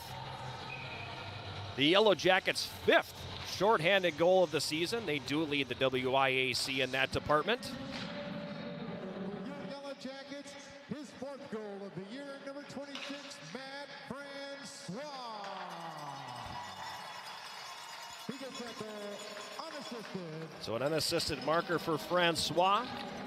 As we pass the 10-minute mark of the second, now 4-0 Yellow Jackets. Shot from the right point, taken by Hart, and they score. Nolan Christie on the redirection in front. Tips that one past Boschert. Power play goal for the Lumberjacks. And it's 4-1. Nice redirect there by Christie.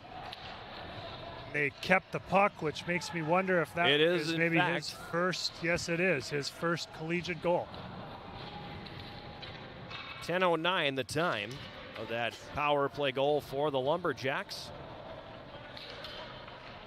As they find the back of the net for the first time.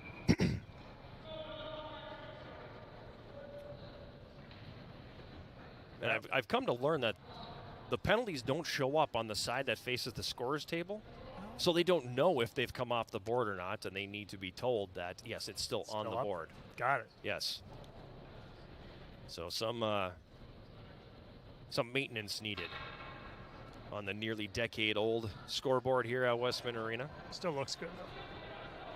Well, it's not going to if Dusty Bergstrom keeps hitting it with pucks. I said I could count on one hand how many times that thing got hit. in like the first 8 years we had it, and now this year it's been 3 or 4 times already. Puck in the Northland zone, left wing side. Shea had it, tried to work it to the net, but it had taken off his stick. Yellow Jackets regain control. Lucier left circle, feeds it out front for Cade Shea on the backhand, and that one's going to be sticked away by Yoakum. Cleared back into the neutral zone. Holmes for Lucier on the left wing, and he'll dump it in.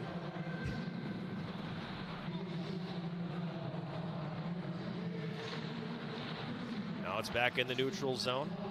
Shea gives to Brennan on the right side, and he'll flip it back into the Northland zone. Lumberjacks pick it up here with 9 minutes to go in the second period. Jackets up 4-1. Shots currently 21-8 favoring the Yellow Jackets as Kagawa comes across the Northland line, left circle. Great pass in front to a streaking Austin Paul coming down the slot. And he just put that backhand wide. Now a centering pass by Riddle broken up. He gets it back. Up top, Axel fires it down low. Paul picks it up.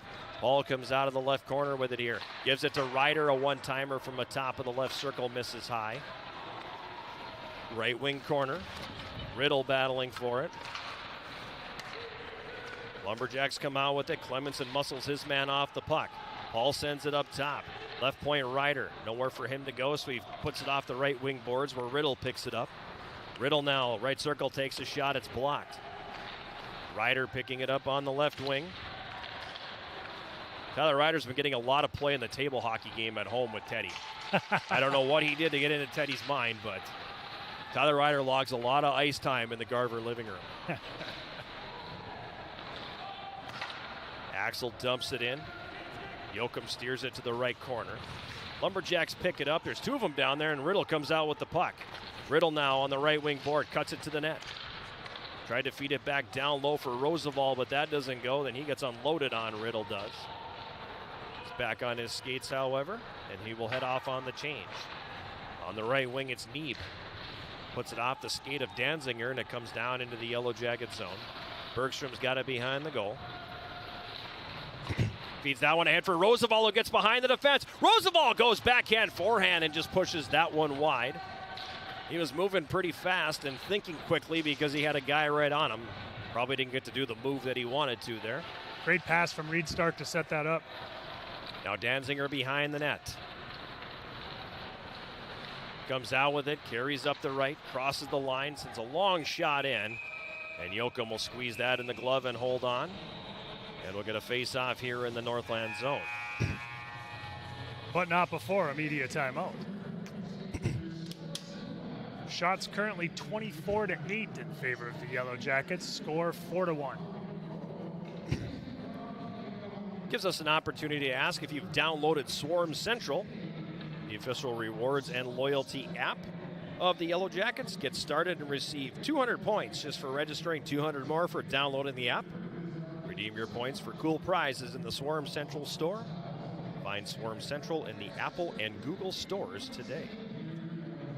Well, you talked earlier about how the Yellow Jackets hadn't had a power play yet. Northland College, for them, the third time was the charm. Indeed. Their third of the game and proved fruitful. For both teams. The Jackets have the shorty in there as well, so right. Excuse me. 5 shorthanded goals for the Yellow Jackets. I know, like last year they didn't, I think they had 1, if that, and the year before I don't think they had many. They weren't necessarily a shorthanded team. They're capitalizing on some things right now. That, and they do have some personnel that's really well suited for creating some offense while shorthanded.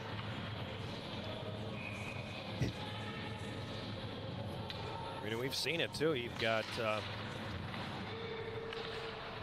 5 different players with shorthanded goals this year now. Wow. After Francois got that one today. Along the end board behind the Northland net. Dauphiné tied up. You're hearing somebody on the glass down there. Ah. That's what you heard. Sounded like a squirrel. Yeah, the mic picked that up. I learned that a couple of weeks ago. Hart up ice for Northland. Gets it across the Yellow Jacket line. Drives it to the net and takes a backhand shot that misses wide. Brennan picks it up now. He'll start it back the other way for Roosevelt. Roosevelt on the right wing. Knocked off the play by Rubin. Pushes the puck to the corner. Lumberjacks will take control of it there and go to clear. Holmes holds it in at the left point. Now Ilkas has it for the Lumberjacks. He picks up speed, comes into the Yellow Jacket zone, gets knocked off the play by Brennan. It's loose behind the net. Ilkas gets it back, tried to center against the grain, picked off. Jackets back on the attack. Watt. Ilkas is yelling at the referee, saying he should have been a penalty called there. You've had the first 3. Okay. Let's just leave it at that.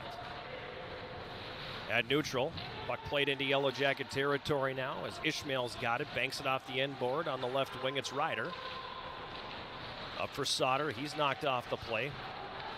Nelson back the other way for the Lumberjacks. He crosses the Yellow Jacket line. Ryder poke checks it from him. Then Ishmael tries to get fancy and turns it over. Stays with it and poke checks it back, or off the stick of the guy who intercepted. Jackets will set it up and come back the other way now. Axel. Pass intended here for Watt, comes the distance, and a delayed icing call. Coming on the Yellow Jackets, 5:14 to play here. Second period, Yellow Jackets up 4-1.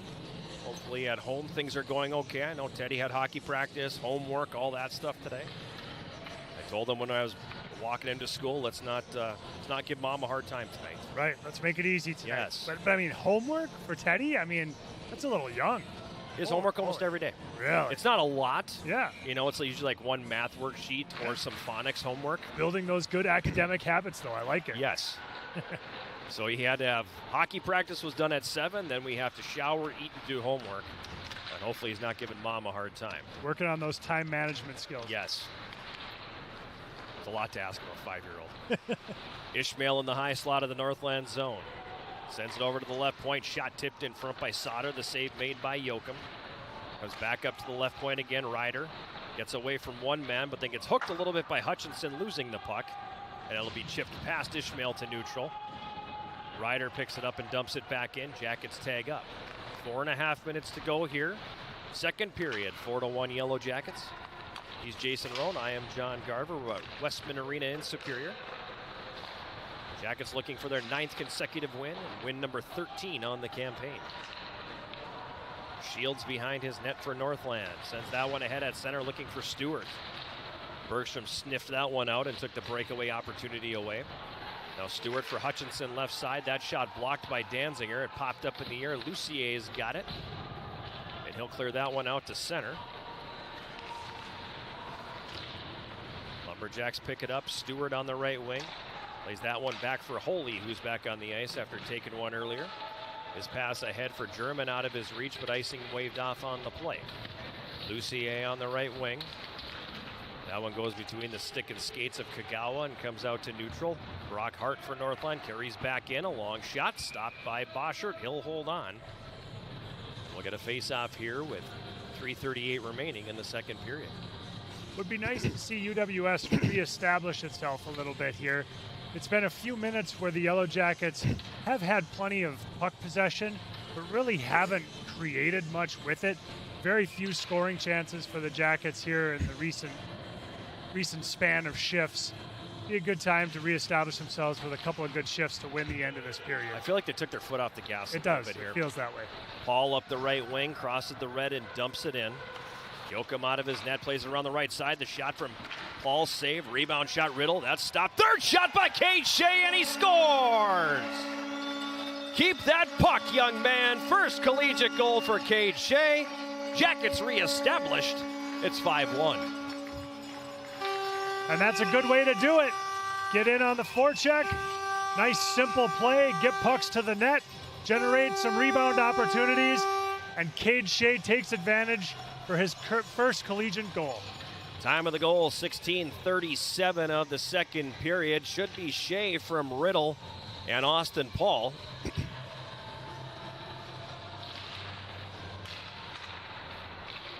Jackets back up by 4.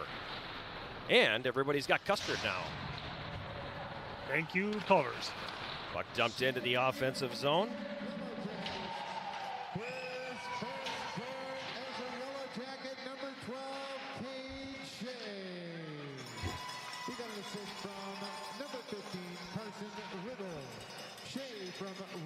So they didn't give the assist to Austin Paul, but I will, because he started that whole play.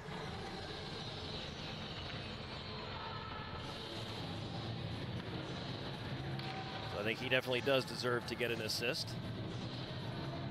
Yes, I agree. Especially in the home barn.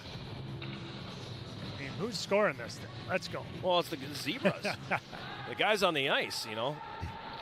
They're the ones who make that decision, but we're able to change that pretty easily up here, so we will make sure we do that at some point, because without a doubt he has an assist on that play. 5-1 Yellow Jackets, 2.5 to go here, second period. Puck in the offensive zone now. Comes up to the left point. Holmes tried to hold, but he couldn't, and that's going to be cleared back out into the neutral zone.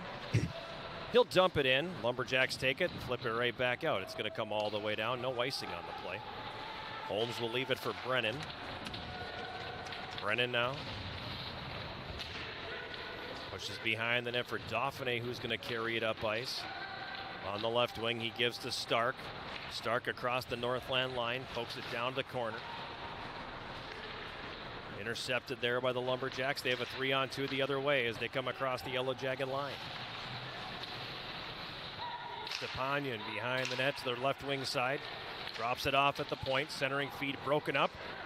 Now the Jackets back the other way. Stark leads the rush. That was offside. They let it go. Takes the shot from the left circle. Stark does. And that's going to be deflected by Yoakum up over the glass and out of play.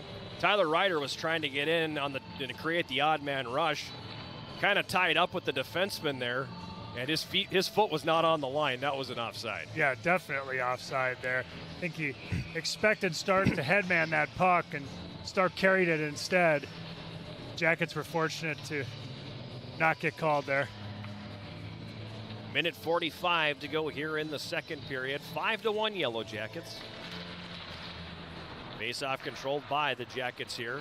Ryder's pass for Axel. He's held it in at the right point, or maybe he didn't. As all the Yellow Jackets vacated the offensive zone. Have to come in on the forecheck once again. Reed pressured by Watt. Now they're going to exchange some words, but no stoppage there. I thought maybe they would call each one as Northland comes back the other way and sends it into the Yellow Jacket zone. Stewart from the right wing tried to take the shot. It was blocked. Jackets play it with the high stick, and we will get a stoppage with 1:12 to go in the second period. Good hand-eye coordination by Chris Ishmael there. Unfortunately, the puck went directly from his high stick to another Yellow Jacket in the defensive zone. So whistled down. There'll be a face-off to the left of Jack Boschert, sorry. Jake, you know. As long as you're okay being called James Roan. Yeah, you know. Sauter tips it out into the neutral zone. Northland plays it back in. Behind the Yellow Jacket net. Ryder picks it up. He weaves to his left and tried to clear it. Doesn't come out. Now a steal, and Ryder will start the rush the other way. That pass broken up. Lumberjacks play it back the other direction. Hagley now tips it past Axel. Puck bouncing around near the Yellow Jacket net as they get a little careless here. Johnson blows a tire. He thinks he was tripped. And now we do finally get a penalty called on the Yellow Jackets here as they take down Johnson. Or are they going to call Northland here? Curious if they're going to get both. I thought they were going to take Watt. The Yellow Jacket penalty door is open, but it appears they're going to get one each way.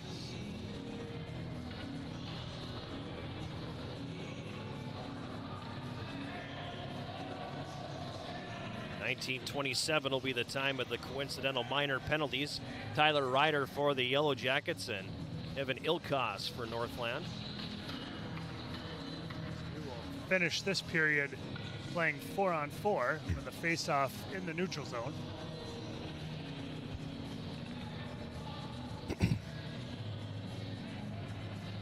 .32.4 seconds remaining. Little delay here as they put the penalty times up on the scoreboard. Got the wrong number up on the Yellow Jacket side of the board, but that's all right. Not sure what Coach McKenna is conversing with Nick Beyondich about. It's Ryder in the box and not Lucier, as the scoreboard would tell us. 4-on-4 for the remainder, as Jason mentioned. Clemenson's got it for the Yellow Jackets now, and he'll pick up speed to center. Tried to feather that through a pair of legs, and it was broken up. Lumberjacks back the other way. Ruben on the left wing pushes it down behind the net. Bergstrom gets there first. Dusty Bergstrom for the Yellow Jackets. Circles from a check. Gives it over for Danziger on the right wing, and he'll just play it back behind the goal. And the horn will sound, bringing the second period to a close. Another one just like the first, Jason. Good, not great. Right. You know, you did what you needed to do, and got yourself that lead stretched a little more. Instead of 2, now it's up to 4. Yeah, feel good with a 4-goal margin here, a 5-1 lead going into the third period, especially on home ice. But yeah, there were some sleepy segments for the Yellow Jackets there.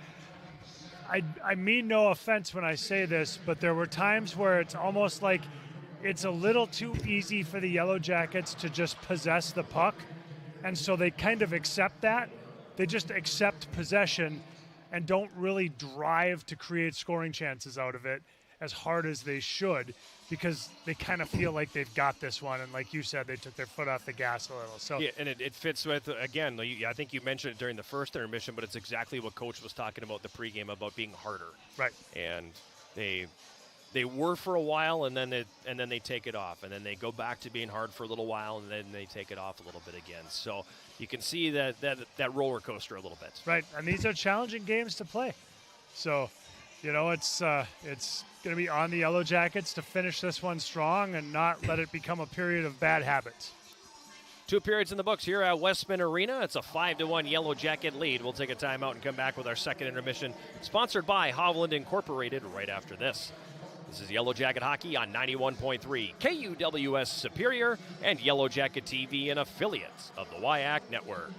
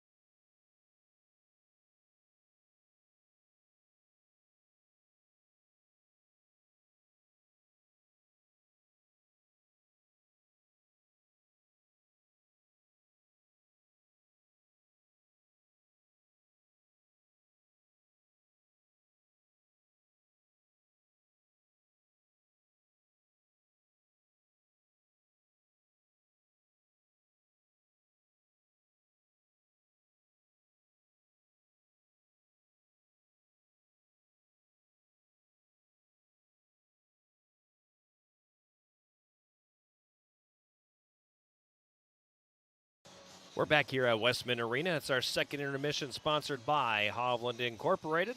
And the Yellow Jackets have opened up a 5-1 lead over Northland College after 2 periods of play. 2-0 Yellow Jackets after 1. Chris Ishmael, his 4th of the year, and Iki Kagawa, his 5th. Staking the Yellow Jackets to that first period lead. Then at 4:51 of the second period, Gavin Watt scoring his 3rd goal of the season. Ishmael and Danziger the assist. absolute cannon of a one-timer. Yeah, and that's been the case for UWS a few times tonight. Just fantastic one-time shots from the Jackets getting on the scoreboard. Just shy of 5 minutes later, the Yellow Jackets made it a 4-0 game. Unassisted goal by Matt Francois, his fourth. Beautiful shorthanded goal. Right, yeah, created himself in the defensive zone, was able to have a long run at it over like 3/4 of the rink, made a power move to cut across the front of the net, really patient with the puck, waited for the goalie to commit, and then tucked it in. As an old, big, slow guy, I love the power move to the net. That was like the one thing I could get the puck to the net that way. Yeah. That was like the one way I could do it. So I love when I see guys just use the body and cut off the D-man and make a really nice move in And tight Coach like McKenna talked about that in the pregame show, the idea of, planting that flag out in front. And we've seen a couple good power moves to the net by UWS players tonight. That was at 9:44, but then just 25 seconds later on that same penalty, Northland converting on the power play. Nolan Christie scoring his first collegiate goal with a nice redirection. Yeah, Northland got the puck to the middle, high middle, fired a nice low shot that was easy to redirect, and Christie out front redirected it very nicely. Really no chance for Boschert on that one, and got the Jacks on the board. That came at 10:09 of the second period. That made it 4-1, and from that point on, the Yellow Jackets, like I said, I think they kind of took their foot off the gas. It felt like when they got to goal number 4 that they eased up a little bit. You wanted them to kind of get reestablished, and then they did late. 16:37. Cade Shea scoring his first collegiate goal. Nice simple play just to get the puck in on an easy entry, get it to the net, got some shots on goal, and on the rebound, Cade Shea pounced on it, popped it in, first ever goal. It's a fun moment, one that he'll never forget. Assist going to Carson Riddle and Austin Paul at 16:37. 5-1 Yellow Jackets after 2. Shots on goal in the second period. The Yellow Jackets had 16 for a 2-period total of 28. Northland had 5 for a 2-period total of 9. Penalties in the game so far. The Yellow Jackets have taken 4 penalties for 8 minutes, while Northland has taken 1 penalty for 2 minutes. On the power play here this evening, the Lumberjacks are 1 for 3, while the Yellow Jackets still have not been given a moment on the power play, which I find hard to believe, but, is what it is. At any rate, 11.5 minutes away from the start of period number 3. Yellow Jackets with the 5-1 lead. We'll take a timeout and come back with more of our second intermission, sponsored by Hovland Incorporated right after this. This is Yellow Jacket Hockey on 91.3 KUWS Superior and Yellow Jacket TV, an affiliate of the WIAC Network.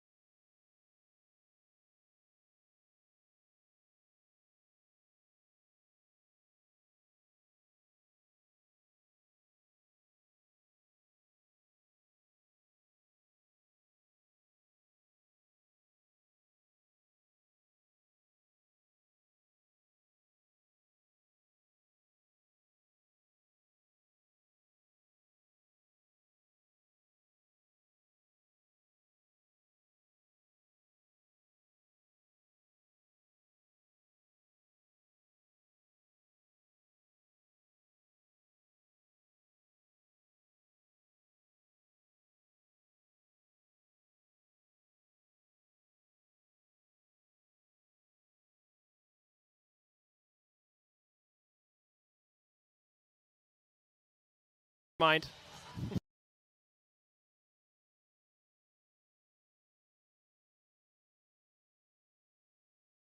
At Westman Arena, about 8.5 minutes away from the start of the third period. Yellow Jackets with a 5-1 lead over Northland after 40 minutes, I should say.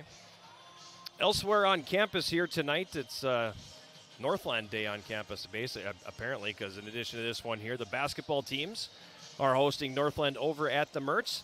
The men have gone final. They are now 3-0 in the Upper Midwest Athletic Conference following a 76-58 win over the Lumberjacks.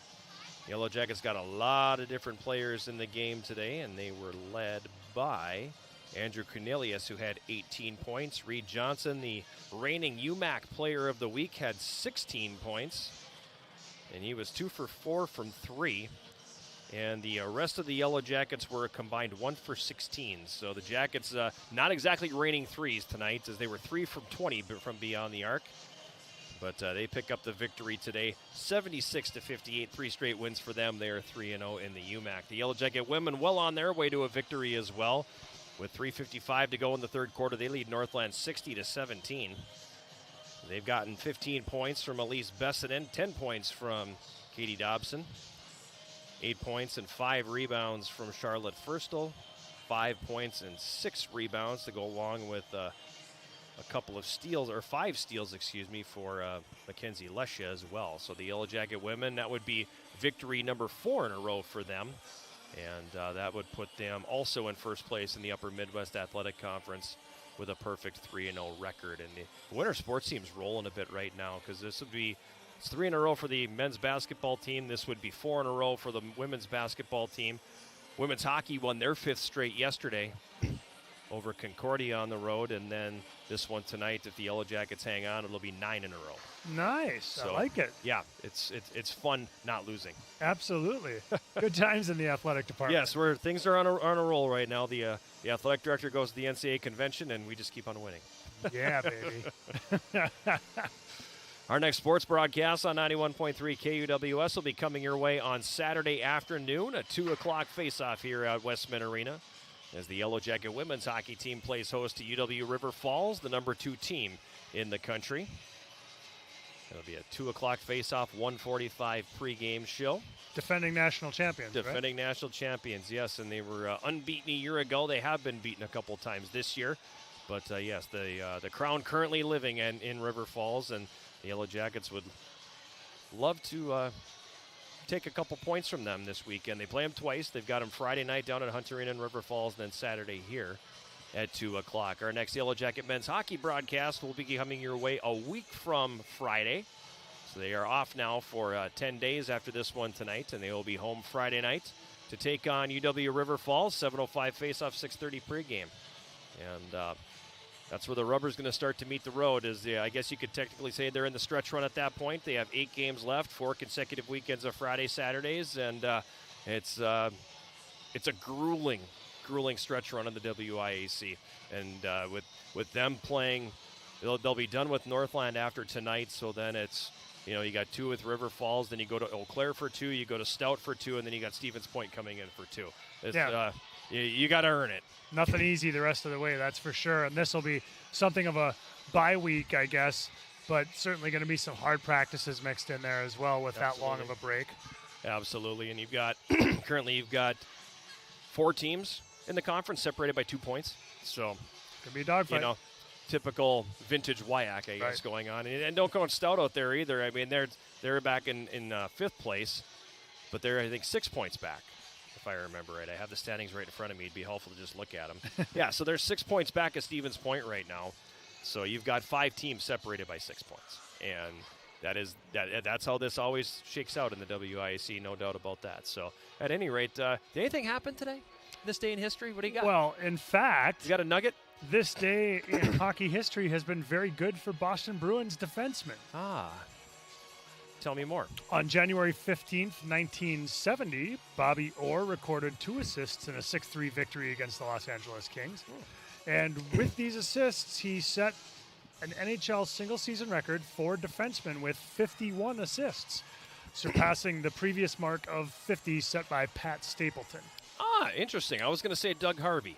That would have been a dynamite guess. I mean, I wish I could have watched Doug Harvey play. I would have loved to, because everybody talks about how ahead of his time he was right. as a defenseman, and he basically owned the Norris Trophy in there. So. Right, and unfortunately for us, way before our time. Yes. But, yeah, would have loved to have seen him play. And then 17 years later, also on January 15th, this time in 1987, Reed Larson became the first U.S.-born player and 6th defenseman in NHL history to score 200 career goals. He did that by scoring a pair of power play goals against the Hartford Whalers and would end up finishing his career with 222 goals, which at the time put him around the top 5 overall for goals by an NHL defenseman. And, of course, Reed Larson was from Minneapolis, Minnesota. But the local angle is, of course, that he shares a name with a former UWS forward who was a member of the 2002 National Championship team, who we both know and love. Yes, you are exactly right. So, yes, not our Reed Larson, but a Minnesota Reed Larson nonetheless. And the interesting thing is he accumulated a chunk of those goals on awful Detroit Red Wing teams.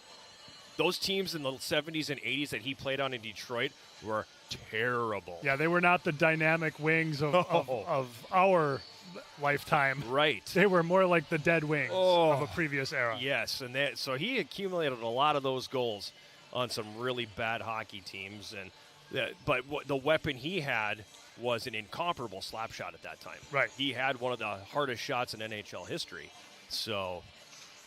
and then one more, I guess, somewhat local angle is he finished his career with the North Stars. Right. A brief stretch there after playing in Boston. Right, around 1990 there. Yeah, I'd say late 80s, early 90s. Something like that, yeah.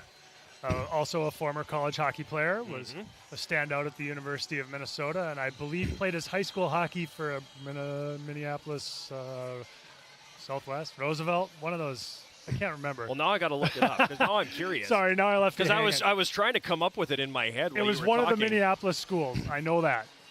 All right, so Reed Larson here. Reed David Larson.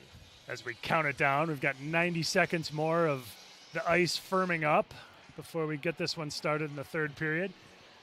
Roosevelt. He's a Roosevelt Teddy. Okay. Yeah, there you go. The Roosevelt Teddies. It's kind of sad, too, that high school hockey in the city has depleted to the point where it's all one team now. Right. Yeah, and actually not just hockey. It's interesting to see how the demographic shifts have changed sports as a whole. I mean, in sports that in communities and suburbs that you would never think would have a shortage of high school athletes in any sport, and you find out now that they're combining.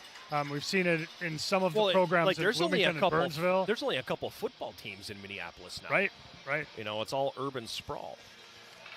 And I guess the other nugget, that you probably could throw in on this day in history, 1968, Bill Masterton died. Oh, yes. The only player in the history of the National Hockey League to pass away as a result of an on-ice accident. Yes. Sad and tragic occasion. Local angle being he was a Minnesota North Star when it happened. So sorry to be somber there. Way to bring us down, John. Yeah, that's what I'm here for. At any rate, we're going to start this one off with some 4-on-4 hockey. Yeah, both teams back on the ice. 4-on-4 hockey to start. Jack Boschert, 8 saves for him, defending the goal 2 hour left. Yellow Jackets going left to right here in period number 3 on the season. When they lead after 2, they're 9-1-1. So you got to feel pretty good about things. Yeah, 9 Jackets on the score sheet so far tonight too, which also feels good. And I don't mean any disrespect when I say that. It's just you got to feel pretty good about things as the Yellow Jackets control the opening faceoff of this third period. Inside their own blue line, Holmes leaving it here for Riddle. Now he'll curl back. Riddle gives it over for Holmes, who has it poked off his stick by Stewart. Brennan will catch up to that puck and carry it back behind his head. Now leave it for Holmes. Holmes over to the right side for Austin Paul. Paul across the Northland line, hops past the check, has it right corner. Tried to center for Riddle coming down the slot. That doesn't go, and now we have a whistle. I have no idea why this. Oh, the boards broke. All right. Oh yes, I see it now. Yes, I can see the referee's leg, the linesman's leg through the boards. What happens now? So folks, this is not the glass that broke. This is the board. The board's broke. So when the Northland College player tried to hit Austin Paul with a hip check, Austin Paul definitely stepped around it, and that Northland College player just hammered his hip into the boards. They've actually knocked the pane of the boards out, not the glass.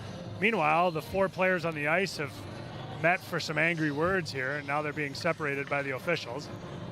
We've got the youth hockey team from Cloquet crowding around to see the repairs in action, because there's going to be nothing else to watch for a little while here. And they're trying to find the arena worker.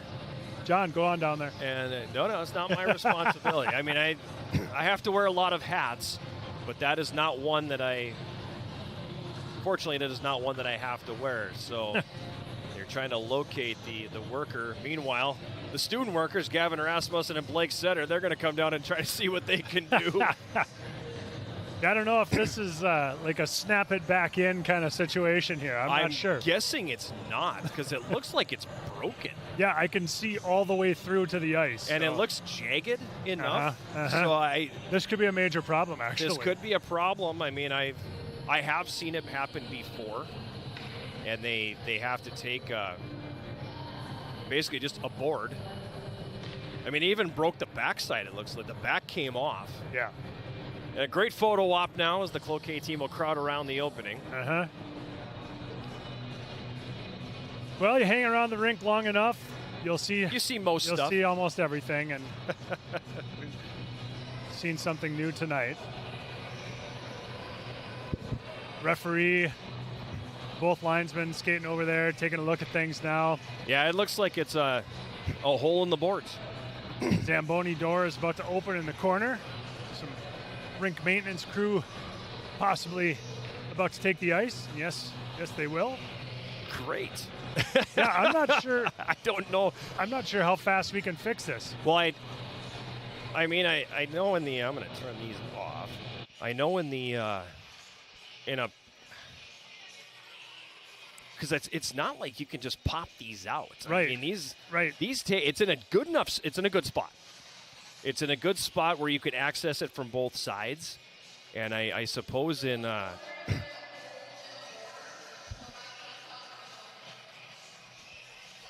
have no idea what she just announced.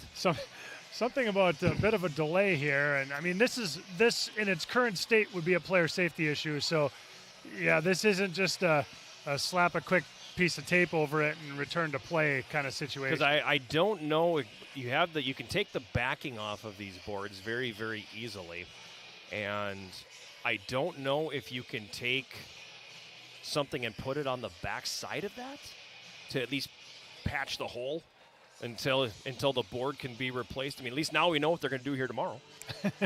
You're going to get the forklift in, and you're going to remove this broken board, and you're going to have to put a new one in. But I'm curious what the contraption is that we are seeing. Rasmussen and Setter are over there building something. Yeah, it's they're assembling some sawhorses is what they're doing. Okay. So they're going to cut a piece of board, it looks like, and put it in. Wow. They aren't engineering students, but in this case, they're going to engineer a solution for us, possibly. Yeah. Well done, Holden Law, who's got it from the front side. Oh, yes. There you go. So that is nice. It is not a clean cut. A very deep cut. For you slapshot aficionados. Oh yeah, we've got an impact driver coming out here now. Yeah, so we're gonna take some fasteners out so we can get the rest of what's left of this piece off. I've never called play-by-play on a major home improvement repair like this. I have. I have. Again, when you're in enough rinks, you see everything. And this goes back, I'm going to say probably about 2005. We were down in Eau Claire, and a piece of plexi broke.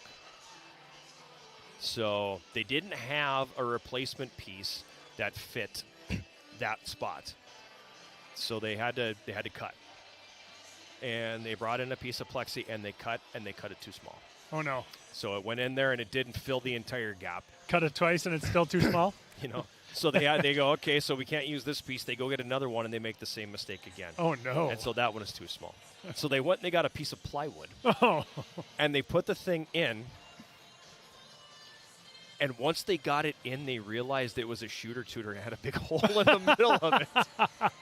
For those of you that don't know what a shooter tutor is, it's a board, a piece of wood, a mat, whatever, fiberglass, whatever you want to call it, but you put it in front of the net and you shoot at those holes.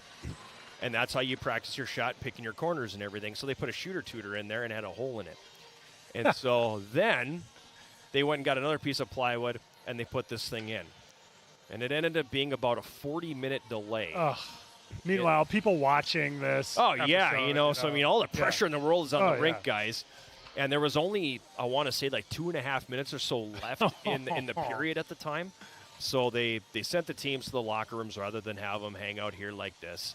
And they said, all right, let's go and let's fix this thing. So they ended up finishing that game in Eau Claire with that piece of plywood. Wow. Yeah. So that's that was my home improvement project that I witnessed on air, and it was directly across from me, so I saw all the hijinks and everything that was going on. And I felt so incredibly bad for the rink guy that kept messing up the cut. Yeah.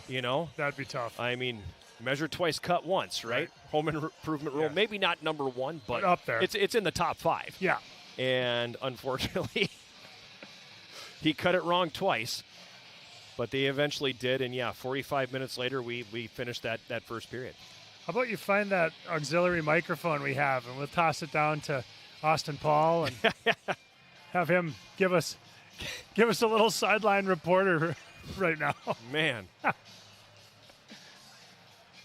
And this is literally a dangerous situation right now for the rink ops team, because obviously we just came back from the intermission. So the ice is like slick, super slippery and polished right now. And we've been watching them like on the verge of a wipeout because they're out there in dress shoes. Yeah, they're out there in dress shoes and trying to move quickly to like avert this delay as much as possible on freshly Zamboni'd ice.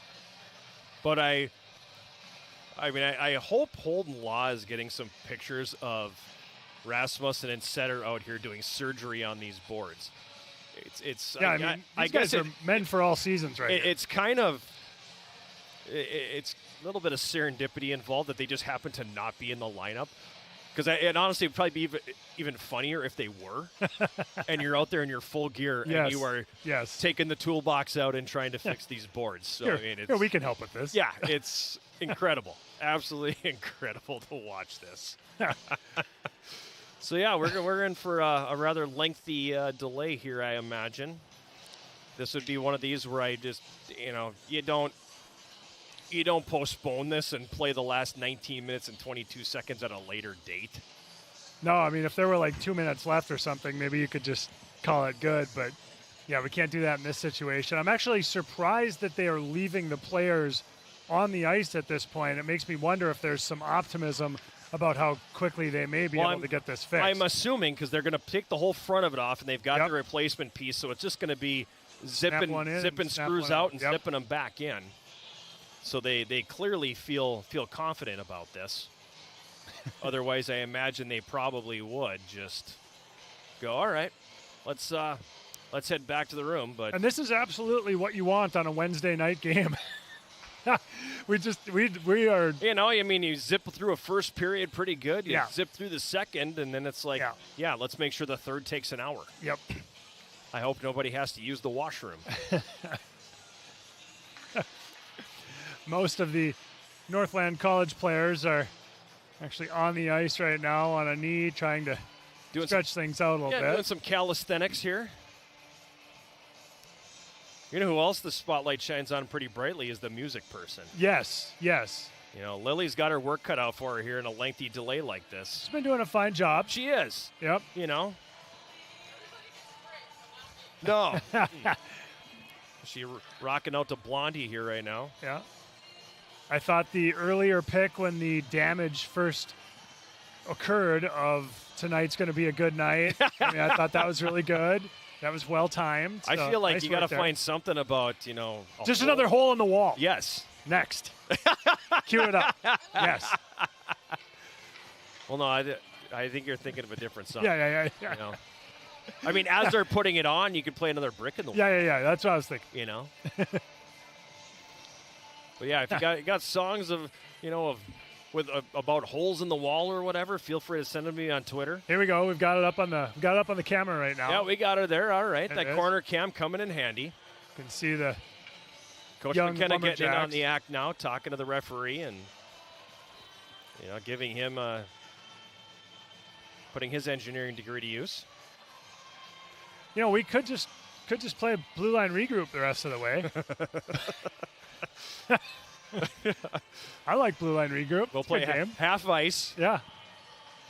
You have to regroup it. Or you split the time in half.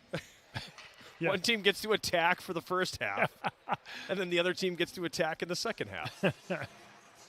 Oh, of course, we're joking here, folks.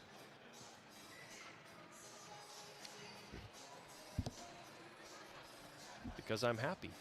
That's good.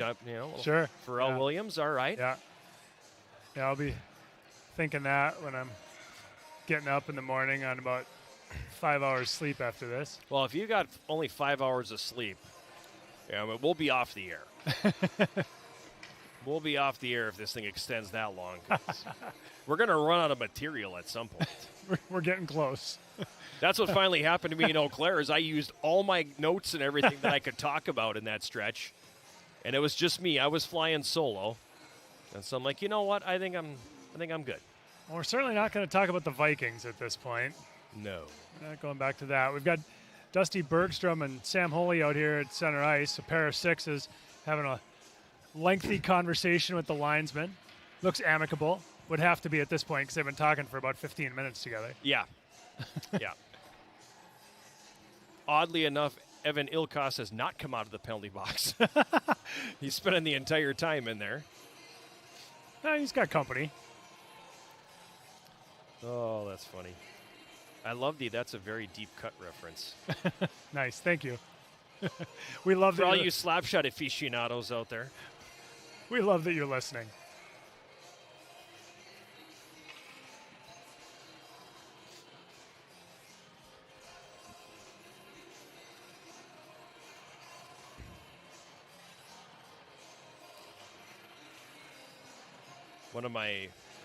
I love the fact that the coaching staff, for all you Slapshot fans out there, has taken it upon itself. The coaching staff has taken it upon itself, or the members have taken it upon themselves to try and get the nickname Poodle to stick on Zach Lucier. Because it's Slapshot Andre Poodle Lucier. Andre Poodle Lucier. I love it. Not the Poodle. So when I actually hear them call him Poodle, it does my heart good. Meanwhile, have we officially hit the point where the kids don't even understand it anymore? They've still seen the movie, right?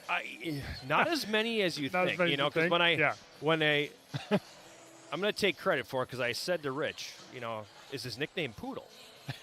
And he said, no, but it is now. It is now, that's right. I'm going to make that stick. And so they've been working on it. But he, when I asked, will they understand it? He thought about it for a second and said, I doubt it. I doubt most of these kids would understand that reference, which made me sad. And then going out to Boston, it was movie number one on the bus. Okay, good, yeah. Movie number As it should one. be. Yes. And that's got to be kind of fun if there are a lot of players who haven't seen it, right? Because then you're able to. You would think, but it's a different world, man. It's a different world, and they put the earbuds in and look at their phone. You get some that watch it. Sure. You have some that know the references. You have a few like myself who can probably do just about the entire thing verbatim. But you have a large number that have never seen the movie. It's like when you ask them if they've seen Youngblood, and they have no idea what you're talking about. No idea. They look at you kind of funny and go, huh. You don't want Stitches never Thunder heard of Bay. it. See him and try to open you up again. But they don't know what Youngblood is, strangely enough. So it's kind of sad. It's kind of sad. It's something. It's different. So tell me, when were these boards installed? What is the age of this dasher board setup?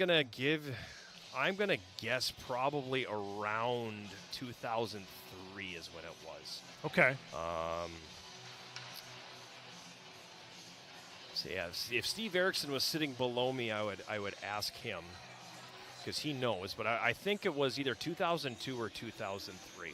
Okay. I believe it was 2003, and these are they're over 20 years old, and I imagine that's probably getting to be time to think about it. Anyway. Yeah, I don't think it's a secret. We're in the process of doing the bid right now, so we hopefully will have come next season a new set of boards here. That's one thing about this building as a whole and the components within it. For being not a new building, it looks fantastic. It's aged pretty well. It's aged pretty well. It has its wrinkles like all the old buildings do, but no, Westman has aged very, very well. And the fact when it's the components that they put in were very good when they did it. I mean, you've got some of the mechanical in the building is still original from 1971. The seats clearly are. And I get asked that all the time. I don't know is the answer. I don't know when seats will be replaced. I don't know if seats will be replaced.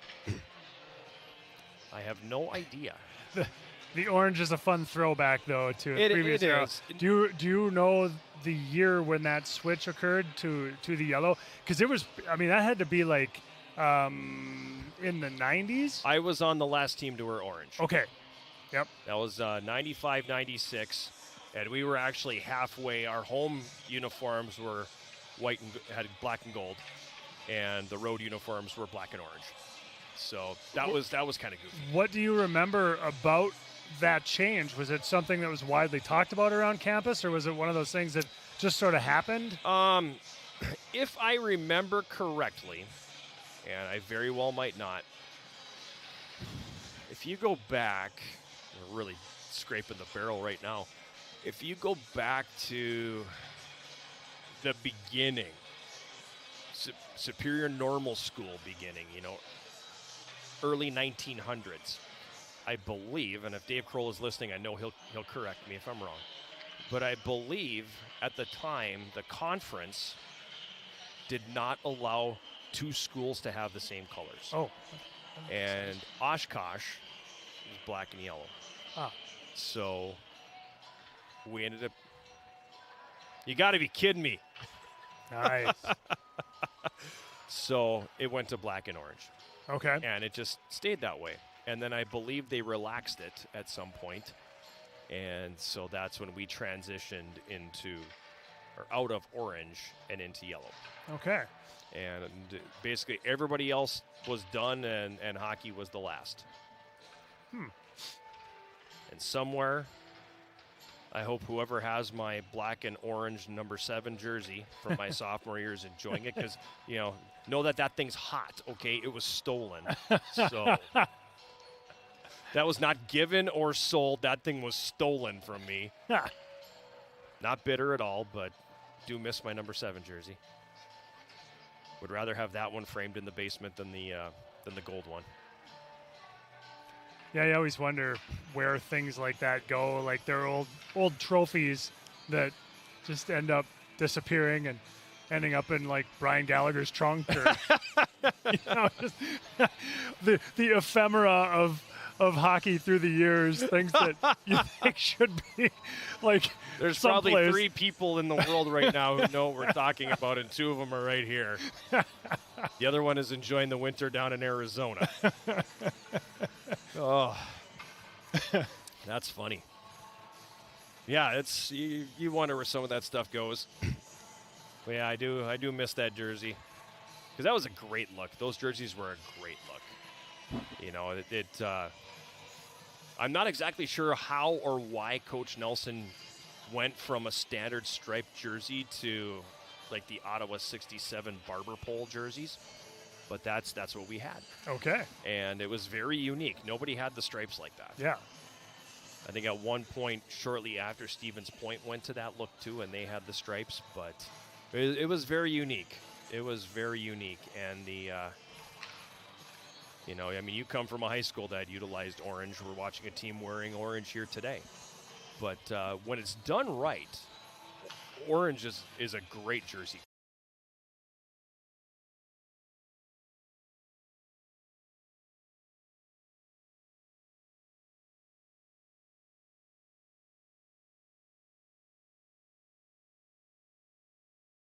Black, bring it back. But probably not, bud. Probably not. All right, well, we've just seen both goalies kind of wander over toward their crease. And Jack Bosher turned back toward his bench, but Tyler Ryder went back in the penalty box. Got some players taking some power laps now, not just kind of stretching. They're actually kind of skating around a little bit with some speed. So we don't have the best view of the actual repair. It's on the opposite side of the wall from our broadcast. Yeah, it couldn't be in a worse spot for us. And this entire youth hockey team is surrounding it, so we really can't see through them. So we can't give you a play-by-play in terms of the level of completion or progress we're making. But I mean, I saw they were filing down the piece that came out, and I'm like wondering how in the world are they doing this? Yeah, it looked like rather than replacing the entire they're piece, just going to repair. They're going to try to patch. And patch it. Can we put the camera on that corner camera that's facing what they're doing? Well, no, I want to see what they're doing. we want to watch. Can we put the corner camera on it? I know. No, I know. We want to watch it. So can we put it up here instead of watching these guys just skate around in front of their bench? Put the action on. We want to watch the home improvement. So for the radio folks, sorry, but we're trying to give the Yellow Jacket TV folks an idea. There we go. Nice. Oh, I can hear the impact hear their tools driver. going. Yep. Yeah, that's great. I love it. There we go. You sounded like Beavis. So I can see Blake Sutter is holding on to the broken piece. So maybe they did manage to take that whole thing off and slap it back on. Crowd mics delivering us some great sound. And I've got those turned off. Yeah. Imagine if they were on, what you'd be hearing right now. But a great job by the... Look at that. Very nice. You've got Sutter out there getting it done. Brady Stalker, the arena manager. You can see the Cloquet youth team crowding around. I see the hole. must hear a sawzall. I think I hear a sawzall. I think they're cutting the hole. So it's, yes, there it is. There it is. Yes, the sawzall, reciprocating saw in use to try to cut this hole. I'm guessing make it a little less jagged. Probably. Because when I saw them bring the piece of board out, that's over in the Zamboni corner over there, I thought maybe that was the piece they were just gonna pop it off and I was hoping on. It was as easy as that, but it does not appear to be the case. It does not appear that it is that easy. So I'm really curious what this will do. And it's not like it's a spot on the ice where you never get a scrum. Right. Yeah, I mean, every time you're trying to work. Not coincidentally that it broke there, because it's probably one of the most high-impact locations on the rink. Meanwhile, the women's basketball game went final. 89-33. Wow. The women get the victory, their fourth consecutive.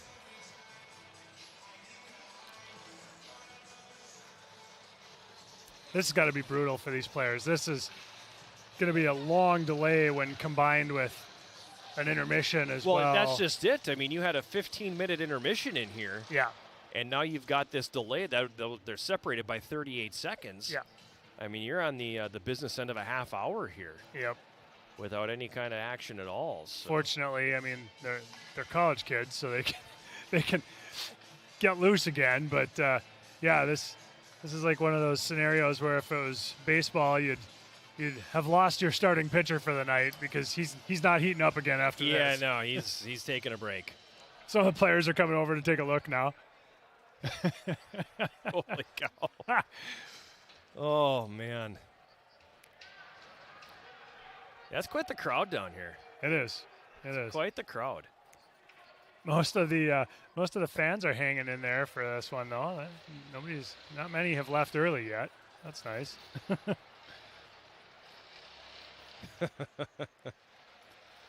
Oh yeah, reciprocating. I mean, soft, I'm doing its guessing work. the piece they have isn't quite the right size. Okay, now we're switching up the reciprocating saw.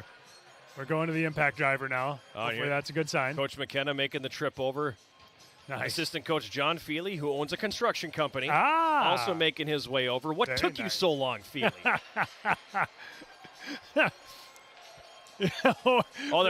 Coach McKenna's getting the kids out Well, of there. that's their team. They Yeah, coach that right, team right. together Yeah. now, so he's going to Yeah. get them out of the way. All right, boys, give him some space. So of all the, you could have given me 100 guesses today on what would happen. I wouldn't have picked this. No, did not have this on the bingo card tonight. I would pick broken glass before I would pick broken dasher board. Yes. And I would pick broken puck before either of those things. Well, 3 years ago I would have picked, or 2 years ago I would have picked broken puck, but not with the new ones. Haven't seen the new ones disintegrate on impact the way that the old ones did.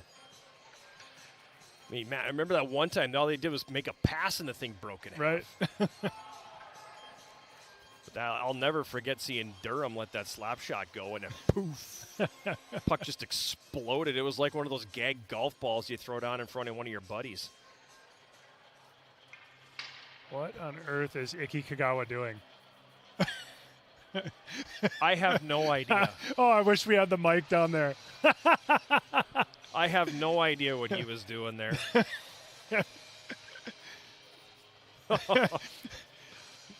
Oh. It looks to me like he's pantomiming the repairs on the exact inverse opposite side of the boards right now. Oh, my goodness. We got to be getting close, though. Anybody got a 7:45 class in the morning? No, we're still on break. Ah, nice. Good. They're not back in school yet. Yeah, they don't mind that. Northland might be in school, but right. Superior's not back in school for a week. The final countdown. You very better nice. hope so, Lily. Very good, Lily. She's going to manifest this thing into being. Final countdown.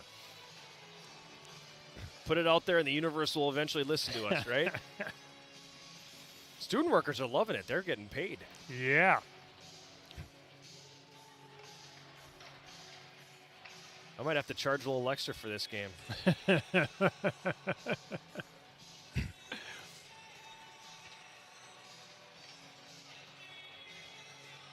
We might be getting to the point where we might get to play hockey again. Yeah, that would be good. See some. I see people starting to filter away from the boards. Coach McKenna says, all right. Assistant Coach Feely says, that's how you build things, fellas. Gavin Rasmussen, your job for the rest of the game is to sit there and hold that in place. It's been an impressive full team effort, truly. Oh, absolutely. A lot of credit to the pit crew here. Yes.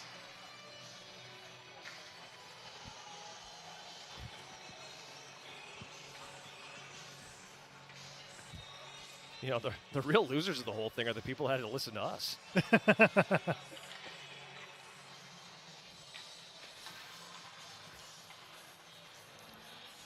Well, it was this or the same 4 commercials the whole time. So. Oh, man. If we would have known the duration of this, I absolutely would have taken the auxiliary mic and went down there and been your sideline guy. Which would have made the delay go even longer. That would have been fascinating. But to go down and give us a play-by-play. And, do some live interviews on the spot. So you've got a 3/8 inch right there. What do you? Okay, so I see what they did now that everybody pulled away. They took the part that came out and basically screwed it into plywood or a 2x4 on the back. Yes, I like it. That is to hold it in place. That's great engineering. I love it. Line the wood up with the screws in the boards that are already there, and then probably put a couple right into the middle of the broken piece so it's attached to that wood. Yeah, that's a great solution for a temporary fix. I guarantee somebody's breezers are getting shredded tonight before this thing's over when they hit that spot. But that's a them problem, not a me problem. Yeah. I remember the first time something like this happened here when glass broke during the warm-up, everybody was looking at me. And I'm going, I don't run the rink. That's not me. Sorry. I remember the game we were playing St. Norbert before we flipped ends. So the St. Norbert end was down here in their warm-up, and they shattered the glass. And everybody was just kind of looking at Garver going, hey, what are you going to do about this? Do something. What am I going to do? I'm going to watch these guys try to fix this glass and finish my pregame show. Uh-huh. Anthony Podominic bringing out the snow shovel there, picking up the scraps. And whatever else may have fallen as they completed those repairs to the boards. And we will be having a face-off right near that area of damage to get this one restarted. So here we are, 19:22 left in the third period. We're playing 4-on-4 for another 48 seconds. And take it away. Let's hockey, everybody. Face-off will be to the left of goaltender Andrew Yoakum, controlled by the Yellow Jackets. Austin Paul up top. Holmes left point. Right point Brennan. Gives it off on the right wing side to Riddle, who carries it to the high slot. Now he'll go all the way to the left point and fire it low. Behind the net, Paul's got it. Paul carries it back behind the goal. The right corner for Brennan, who leaked down. Now behind the net, Riddle.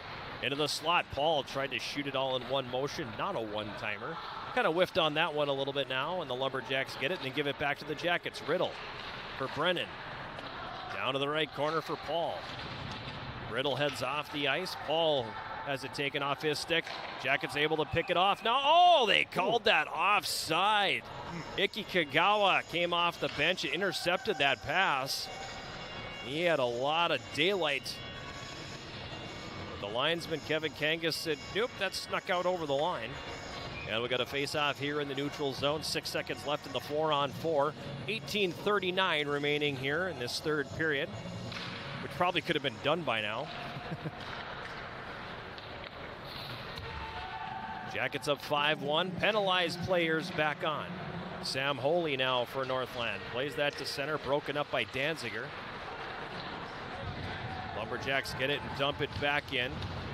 It's in the left corner, Yellow Jackets zone, and we get a stoppage here. Oh, we got a player down. Yeah, Hunter Nelson is down. He took a really, really tough hit from Matt Francois. Clean hit, just a good shoulder to the chest, but it was a solid hit from Matt Francois, and Nelson's down. He's been highly involved in this one. Not the first contact he's taken tonight. I gotta say that the start since that stoppage has been interesting. Like, that was the first face-off was the most chill face-off I've ever seen in hockey. I mean, that was like a men's league face-off where guys aren't really trying. Like, it's been interesting. You can see the players are not in full speed and rhythm right now. Or maybe they just wanted to be delicate near that the wounded board over there. Yeah. Meanwhile, Nelson's up now, skating off slowly but under his own power. Well, the neutral zone face-off, and we're back to 5-on-5, though the scoreboard still indicates 1:45 seconds of penalty left on Northland. It's almost like it started over. Yeah. So not on the power play. The scoreboard has some big-time gremlins right now, that is for sure. Danziger dumps it in. Comes up to the left point. Bergstrom holds and gets knocked down. Yellow Jackets on the left wing. Francois had it, then lost it. Lumberjacks clear, but it actually hits Bergstrom just outside the line. He'll knock it down and send it back in. And then knock down Hutchinson at the same time. Left wing corner, Northland zone, pursuing the puck. Dauphiné. Lumberjacks get it first. They'll wrap it harder on the left side. Neeb tips it to neutral. Grabbed there by Tyler Ryder, and he'll drive that back in. Sam Holy for the Lumberjacks behind his net. Gives it off on the right wing for Hart. Hart gets it to neutral. Stark picks it off for the Jackets, gives to Ryder. Now up to Roosevelt left wing. He'll backhand it in. Puck gets wrapped back around to the right side. Tipped by Johnson, goes off Stark. Johnson picks it up and clears. At the Yellow Jacket line, Axel breaks it up and feeds Stark back the other way. Stark for Roosevelt, left circle now. Pulls up on the backhand, feeds it for Ryder. He'll flip it down low. It comes behind the net. Dauphiné has got it here. Dauphiné up top, Axel at the right point. Takes the long shot, tipped by Stark. Save made by Joachim. Rebound play to the right wing. Roosevelt now to Ryder. Back to Stark. Across for Roosevelt, left circle. Roosevelt back up to the left point for Ryder. Back down low behind the net for Dauphiné. Jackets playing a little bit of keep away right now as Dauphiné cycles it back down low for Stark. He carries it into the slot. Stark leaves it up top for Ryder. He carries to the left circle. Now he'll back it up to the line and play it deep. Dauphiné behind the net, tied up by Rubin. Roosevelt comes out with the puck. Roosevelt on the right side carries it into the slot. He's getting pestered there, and it's going to finally be a penalty on Northland. And then Boschert heading for the bench face plants. Slides head first to the bench. Meanwhile, the Jackets keep it going. Delayed penalty call coming on Northland, and Stark's going to back it up, allow his teammates to change, and then give it to Ishmael. Ishmael across the Northland line, right circle, gives it up top for Axel. Now to Ryder. Ryder now, he's going to peel it back to neutral ice. Delayed penalty call here, and now they're going to blow the play dead. And for the first time tonight, the Yellow Jackets going to a power play. Slashing will be the call. There was about a 30-second sequence there where the officials could have taken their pick from probably 15 to 20 stick infractions. And eventually they just ran out of patience with it and made the call. It's going to be Trey Taylor going to the box at 4:09. For you Beach Boys fans out there, she's real fine, my 4:09. Ooh. First power play of the night for the Yellow Jackets. This power play sponsored by Superior Water, Light, and Power. Jackets on the year at 14.8% with the man advantage. Northland on the PK, 70%. Holmes carrying it to center. Dropping it off for Kagawa. He'll carry it across the Northland line on the left wing. Hits the brakes left corner and sends it up top. Now comes back down to Watt on the left wing boards. High slot, Kagawa. He escapes a check, gives it back to Watt, left circle. Watt takes the shot, and that's going to miss. Kagawa on the right wing, gives down low. Ishmael lets it go. Riddle picks up the loose puck. He'll carry it around up top. Long shot, home save is made by Joachim. Rebound comes over to the right circle now. The shot taken by Kagawa hits the outside of the net. Now the puck played back over to the left circle. A cannon of a one-timer there by Watt, misses high. And that'll carry him all the way back down into the Yellow Jackets zone. He gets his money's worth on those things, man. That was a bomb. Thank goodness it didn't hit anybody. If ever a puck was going to break, it would have been on that one. 45 to go on the power play here as Stark comes up the left wing, gives it for Dauphiné, who comes across the Northland line. He'll pick it up along the end board. Now feeds Stark left circle. He takes the shot and misses high. At the right point, Axel in the middle for Ryder. Over to the right circle. Wanted Stark for the one-timer there, but it comes to Stark on the right wing. He's pressured by Holy. Hart picks it up behind the goal. He'll wrap it around the right wing board. It comes all the way down. 15 seconds left in the power play here. Very high pressure penalty kill for Northland here. Dauphiné across the Northland line, feathers it to the right corner. Rubin gets there first. Roosevelt dislodges him from the puck. Now it's along the end board. Johnson comes out with it for Northland, then turns it over in the right circle. Stark stick handled one too many times and had it poked off his stick as the penalty time has expired. So we're back to 5 skaters apiece. Jackets 0 for 1 on the power play. In the neutral zone now, it's controlled by Rubin. Rubin sends it up the boards, broken up by Axel. Ryder at his own line. Sends it over to the left wing for Roosevelt, but they closed on him quickly. Now Dauphiné up the right wing, comes into the Northland zone. Dauphiné passes it down low in the right corner. Clemenson back up top. Danziger. He'll sidestep a check and carry down the right wing boards. In the right corner, Paul battling there with Leppert. His lower back met with cross-check. Play continuing on. At the right point, Danziger. Left point, Bergstrom. Danziger in the middle, takes the shot, tipped in front, save made. Paul on the rebound, and he scores! What a nice goal for Austin Paul, showing a little hand-eye coordination there to bat that out of the air. And the Yellow Jackets have increased the lead 6-1. Nice purposeful shot from the point there. Worked hard to create a lane and make sure that shot got through. And after it did, Austin Paul was Johnny on the spot with that rebound. And as you mentioned, knocking it out of midair into the net to make it 6-1 Yellow Jackets. 7:14 of the third period, the time of the goal, and we have a penalty on Northland as well. I wonder if that's for the continuation of what happened to Austin Paul after he shot that puck. 7:14 is the time of the penalty as well. John Leppert is in the box. And it looks like the Jackets are going to get their second power play of the evening. Second power play in very close succession here.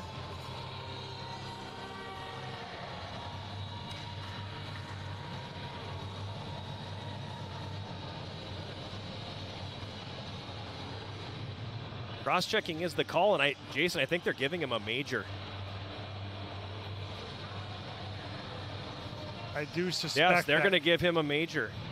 That was probably what was done to Austin Paul after he shot it. They followed through pretty hard on Paul's back and finished him there. Well, and that was the indication that they are giving, or the signal that they are giving, is that they're actually showing this is the why and the how. Yep. And I'm watching now is Hunter Nelson going to the locker room for Northland. Did he take the penalty? Was it on him and then two serving it? Oh, that could be. That's what my guess is, even though they have two on the stats. Nelson, who was the player a few minutes ago that was knocked down on the mat. I wonder if that's what it is. If maybe they sent him off because of that. At any rate, Yellow Jackets on the power play here.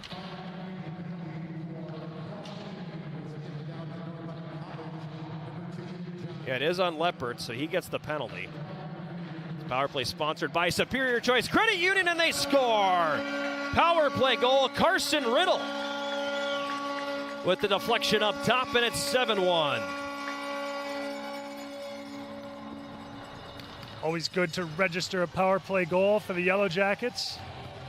And they got one quickly on this 5-minute advantage. Of course, the best way to start a 5-minute advantage, because that penalty's non-releasable. Yes, that one stays on the board, so just 23 seconds in, the Yellow Jackets capitalize on the power play. It'll be Riddle, his second. I think Holmes will get one of the assists. I'll wait on a second one. He's got 2 goal announcements to make, though.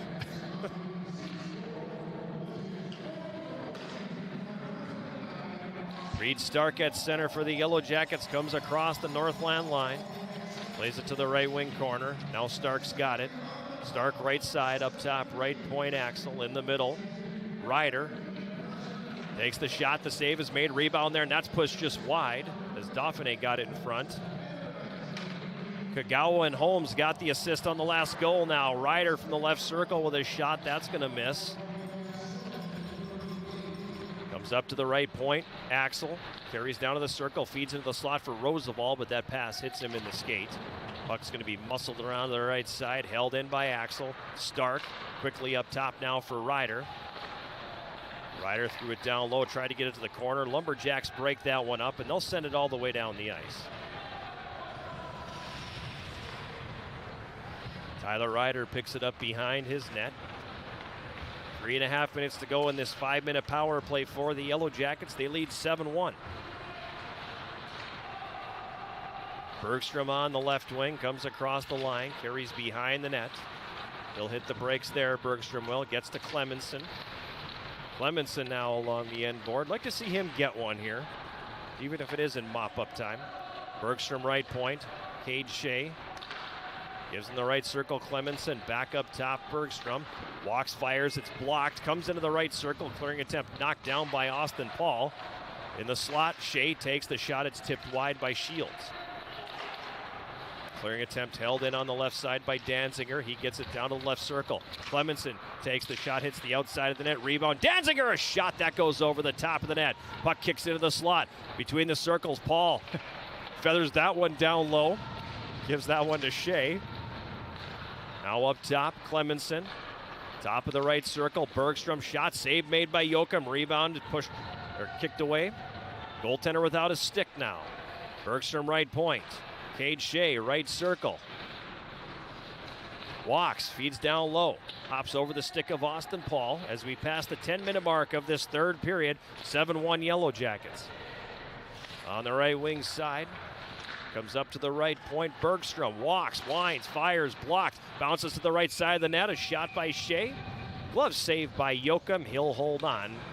Face-off coming here in the Northland zone.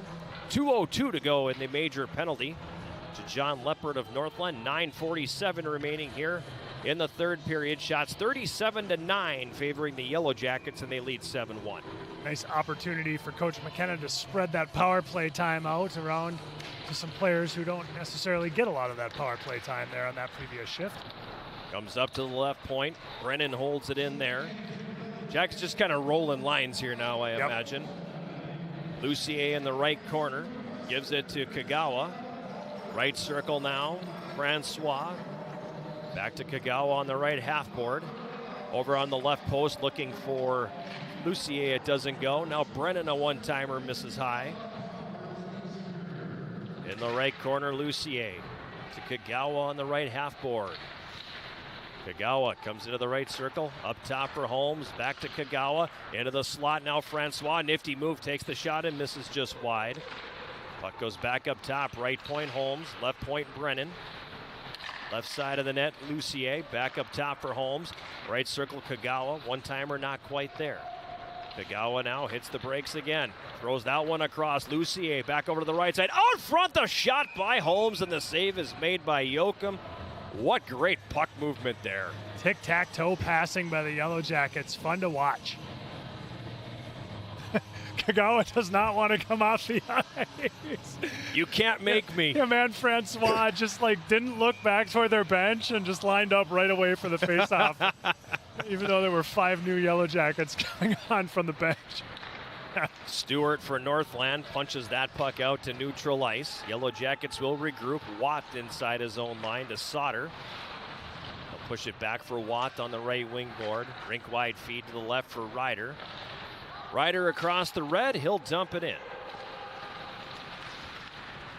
Watt in the right corner, gives to Sauter, up top for Axel. Tyler Ryder, left circle, feeds down to the left of the net for Watt, back up top for Axel. Evan Axel at the right point with 30 to go on the power play. Right corner, Sauter. Up top, Ryder. Left circle, Watt. He's got a goal and an assist tonight. Feeds it behind the net. Check that, just a goal. I thought he had an assist, but he does not. It's interesting to watch the Yellow Jacket power play when there's no pressure. And I don't mean no pressure on the puck. I mean there's no pressure in this game situation. Right. And you can see the players playing this power play a different way, like almost kind of a pond hockey mentality where they're probably overpassing a little because they're being extra unselfish and trying to really, you can see that they're trying to create a pretty goal here rather than just keeping it simple and making one pass and pounding away for a rebound. It's interesting to see how the situation kind of changes the mentality a little bit. We even saw that a little bit on the delayed penalty earlier in the period when not one but 2 guys, okay, I'm going to pull it out of the zone then. Typically with the delayed penalty, no, you just keep feeding. Right. But no, they decide, okay, we're going to pull it back. And we'll regroup, why not? I'm not so sure that Coach McKenna likes this, but no, I'm sure he does. I find it interesting to watch. You can just see the way the mentality has changed. And it's kind of endearing because you can see them all trying to set each other up for a pretty goal. But no, but at the same time, it's we also talked about the bad habits. Bad habits, exactly. No, don't start doing things now. You don't play to the scoreboard, right? And go, okay, this one's out of reach. now let's start doing things that we're not going to be able to get away with in a week. But it is fun to see the joy and the fun that's coming out in this style of play right now. 7:45 to go here in the third. 7-1 Yellow Jackets.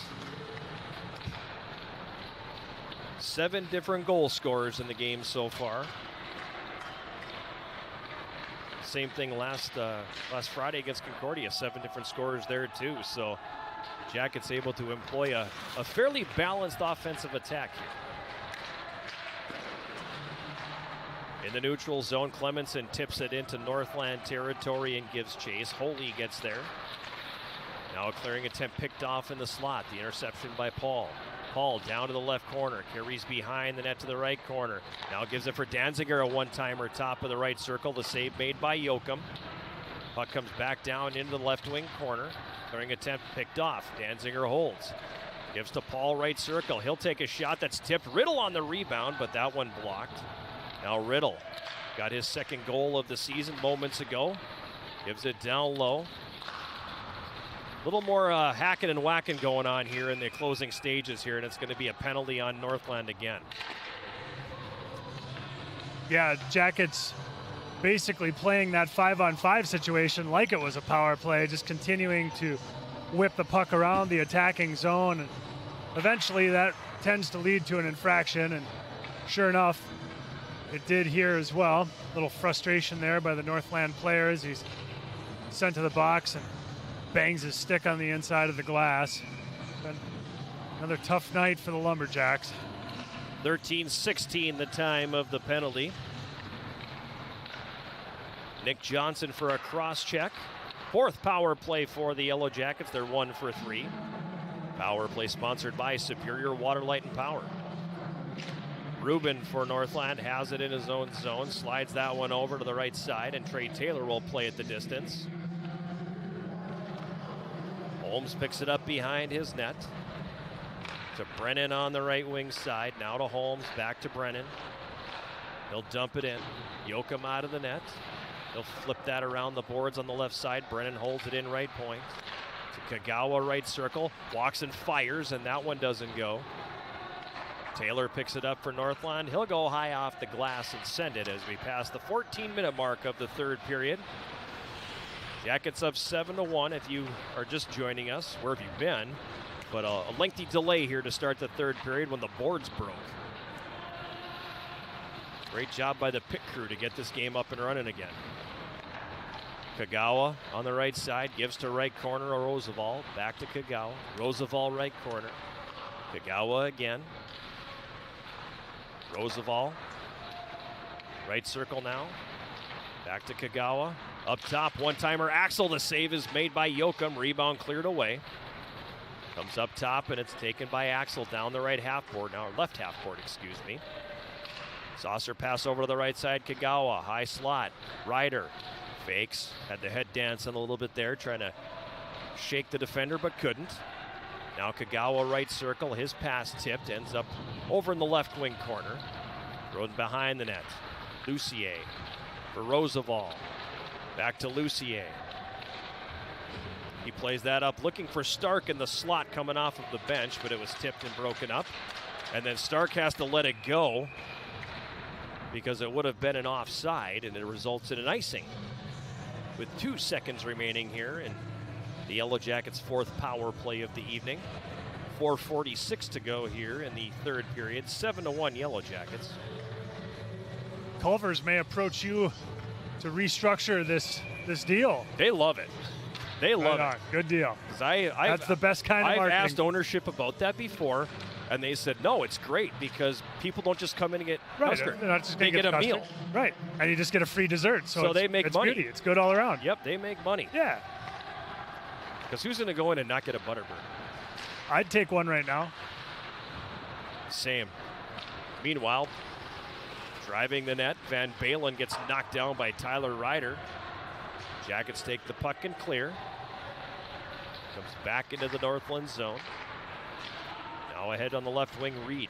He crosses the Yellow Jacket line. Reed throws that to the front of the net, goes all the way through the goal mouth, and the Jackets back the other way, 2-on-2. Picking up speed up the left wing, Dauphiné. Centering pass, wanted Stark, but he was tied up and probably went too far down anyway.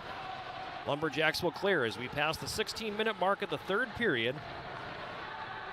7-1 Yellow Jackets. Bergstrom sends that one ahead, trying to find Ishmael. That doesn't go. Going to be cleared back to neutral ice. Brennan dumps it back in as the Yellow Jackets tag up. Shots 41-9. 13-0 in this third period. Trey Taylor now for Northland. Into the middle for Hutchinson. He carries across the Yellow Jacket line and plays it deep. It comes around behind the net. Brennan's going to get there first. Clearing attempt picked off by Stewart, but then he gets poke checked. Neeb gives it back to him. Stewart throws it in front. Jackets break that one up. Pass ahead for Sauter is behind him and comes to the neutral zone. Jackets get it back again. Holmes has it on the backhand. He crosses the red and dumps it in with 3 minutes to play here in the third. 7-1 Yellow Jackets. Boschert's begging for another shot here so he can get up to 90%. Paul driving that one to the net. Poked away from him. Meanwhile, Stewart up the left wing for Northland. Poke check just inside the line. Jackets get it to Paul on the right wing. Now Paul will back it up to his own line. Penalty coming. This one's going to be on the Yellow Jackets. So they will essentially finish the game shorthanded here, and there's a good chance that Boschert will get that shot. Slashing will be the call on Brady Clemenson. Knocked the stick out of the player's hand. 17:25 the time. Fourth power play for Northland. They are 1 for 3.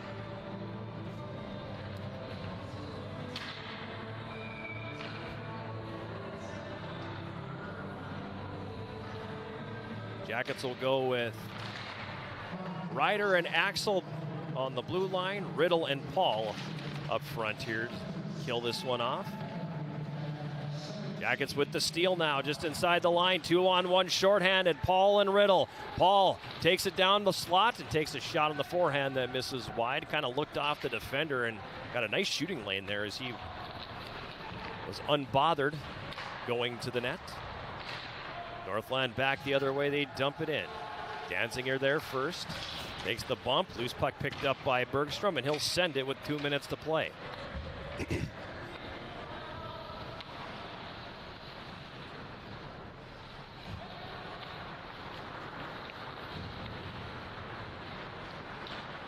Lead now, excuse me, for Northland. Gives it over to Stewart on the right. He'll dump it in.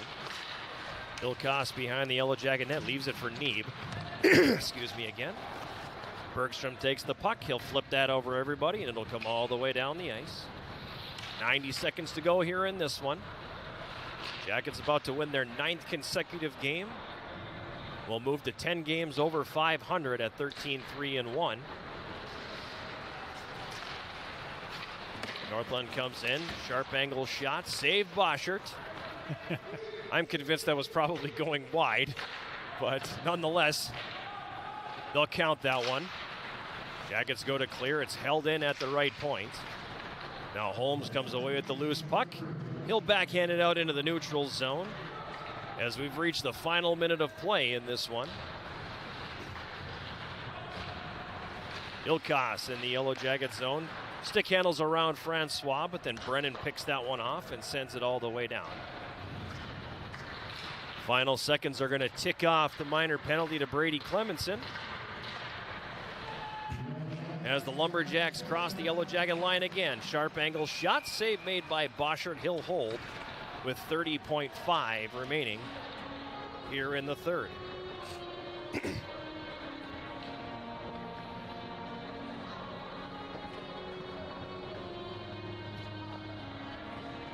Dyson German hanging in there for a few extra comments with the Yellow Jacket players around the crease. 30 seconds left here. Let's just take this one home. Axel behind his net, goes off the right wing glass.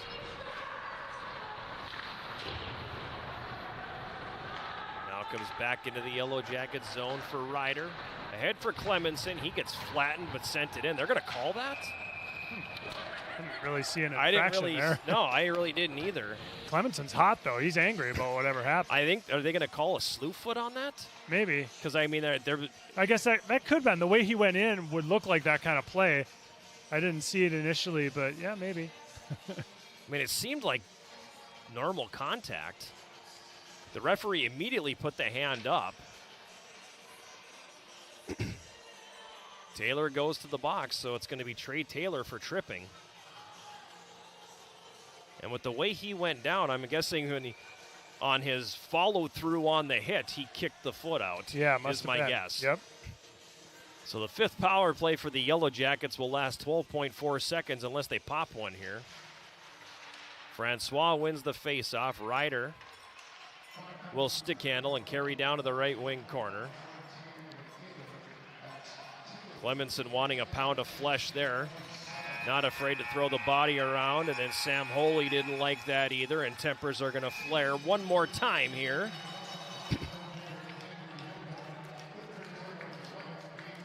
But the referees will come in and restore order. And this one's over. Sort of. If we can get Francois Matt Francois is not done yet. But nothing is over until I decide it is. Now he's going to congratulate his goaltender, so I'm guessing he's decided that this one's over. Final score here tonight, the Yellow Jackets win it 7-1. We'll take a timeout and come back with the postgame show sponsored by Synovus Energy right after this. This is Yellow Jacket Hockey on 91.3 KUWS Superior and Yellow Jacket TV, an affiliate of the WIAC Network. I don't remember any of these goals.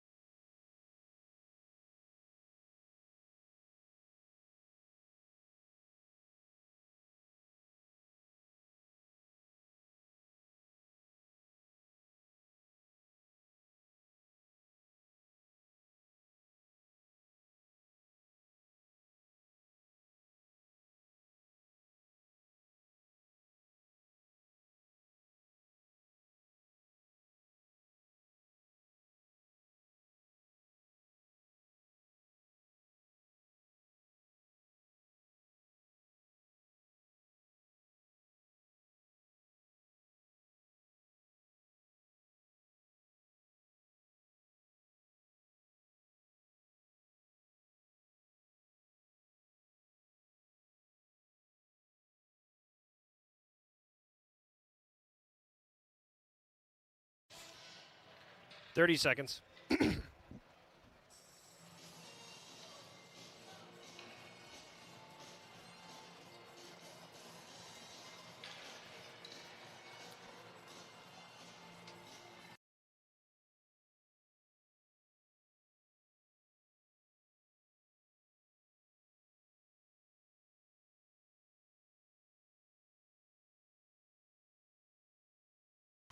We're back here at Westman Arena. It's the postgame show sponsored by Synovus Energy, and it comes following a 7-1 victory for the Yellow Jackets here tonight. With that victory now, that is 9 consecutive wins for the Yellow Jackets. He ties them for the third longest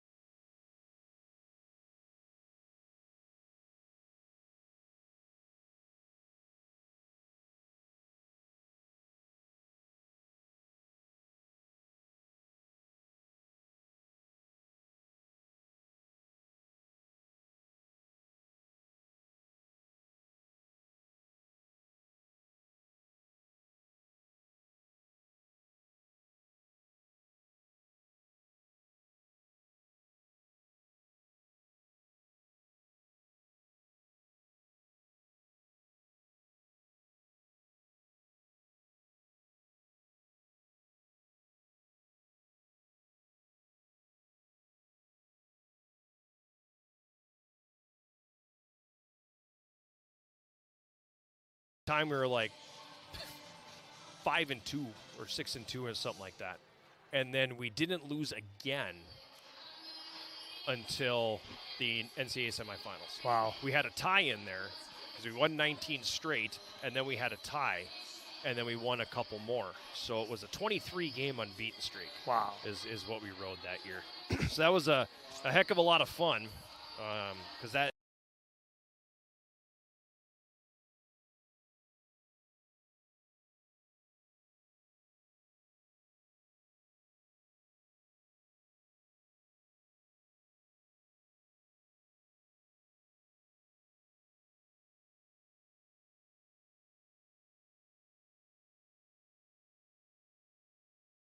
Yeah, it seemed like it was a difficult one for the players. Yeah, there wasn't a lot of life, I guess, on the bench, but we just played a couple or really emotional games Saturday too, and it's a midweek game, and I'm not making excuses. I think we did what we had to do. We got 3 points, so it's the most important thing.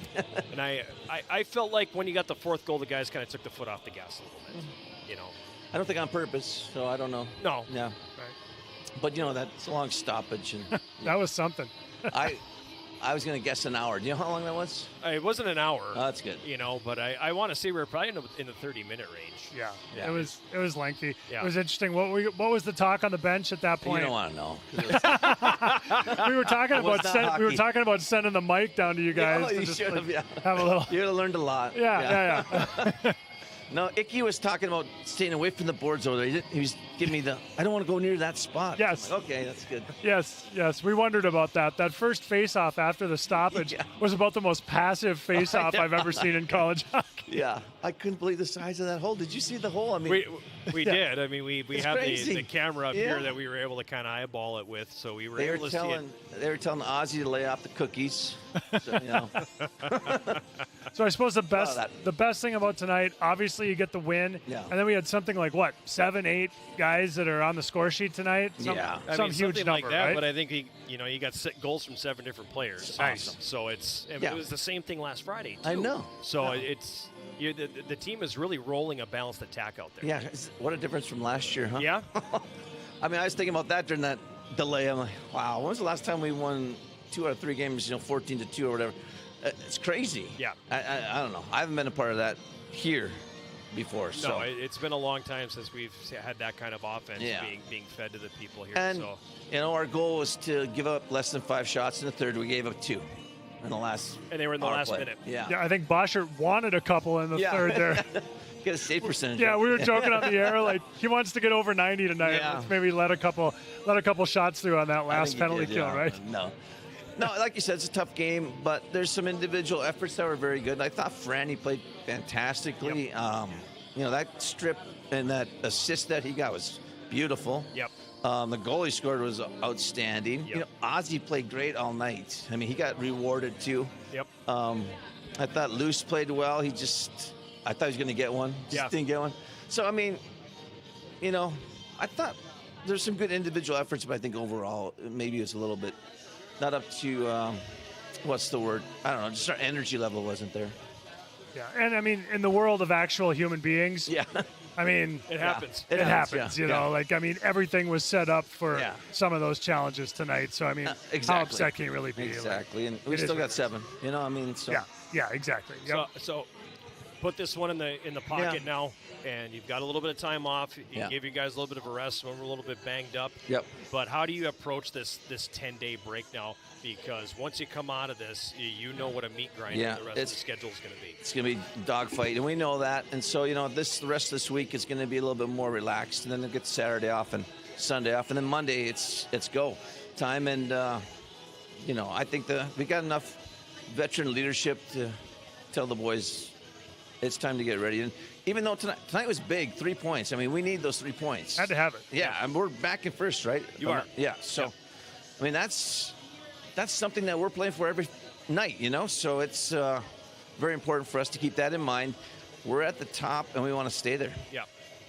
You've got you basically have 4 teams separated by 4 points. Yeah, so as always. Yeah, and we talked about that a little bit on the air. That's it. That's just the way that it always unfolds in the WIAC, and you know, it comes down to that playoff positioning. You're jockeying for that position all the way to the last night.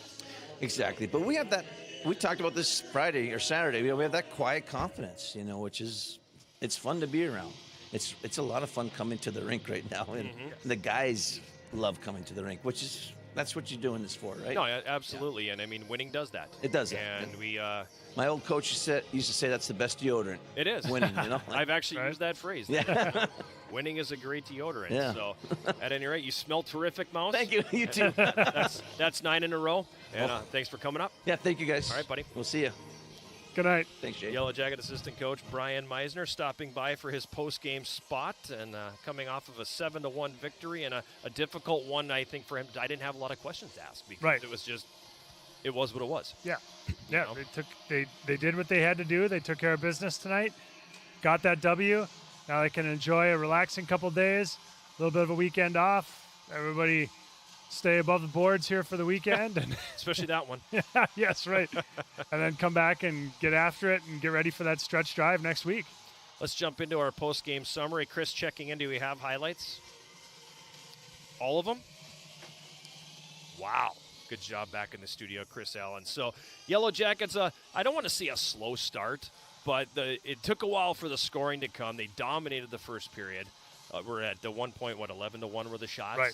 So it was a dominant stretch, and it was one of those, okay, it's just a matter of time before the puck goes in the net. And it took 14 minutes exactly for the Yellow Jackets to break through. Yeah, nice backdoor one-timer off a good pass there. And like we talked about, it's important in a game like this that you don't give your opponent any confidence. Obviously, Northland comes in on a long losing streak, and you didn't want to give them any belief. And even though the Yellow Jackets were out shooting them by a lot, you know, they hadn't hit the scoreboard yet, so it was good to get that first goal. Chris Ishmael got the goal. Trey Sauter and Blake Holmes got the assist 14 minutes into the first period. Yellow Jackets are in front 1-0.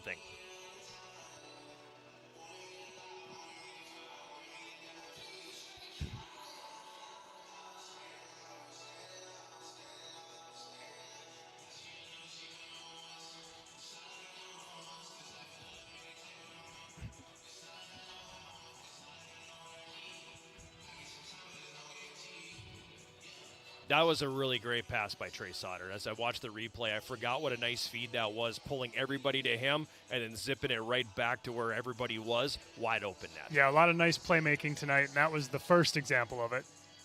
Jackets extended the lead at 17:38 of the first period. Great plays you heard Coach Meisner talk about by Matt Francois to steal that puck and find Iki Kagawa in the slot for the one-timer. Yeah, I mean, turning defense and tenacity into a scoring chance and ultimately a goal for UWS. Kagawa's 5th of the year became the game winner, 2-0 Yellow Jackets.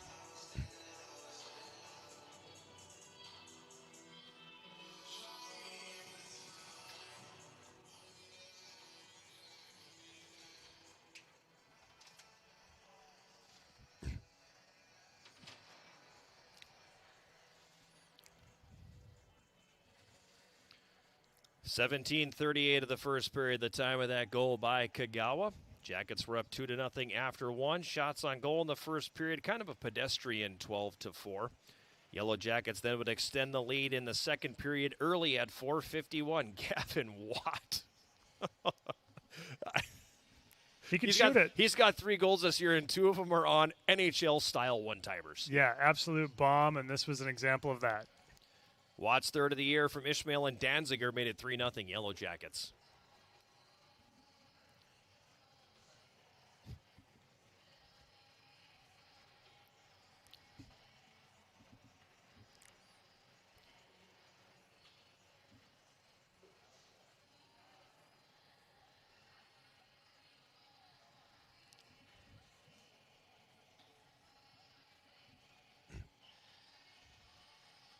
Absolute cannon from Gavin Watt, his 3rd at 4:51 of the second, made it 3-0 Yellow Jackets.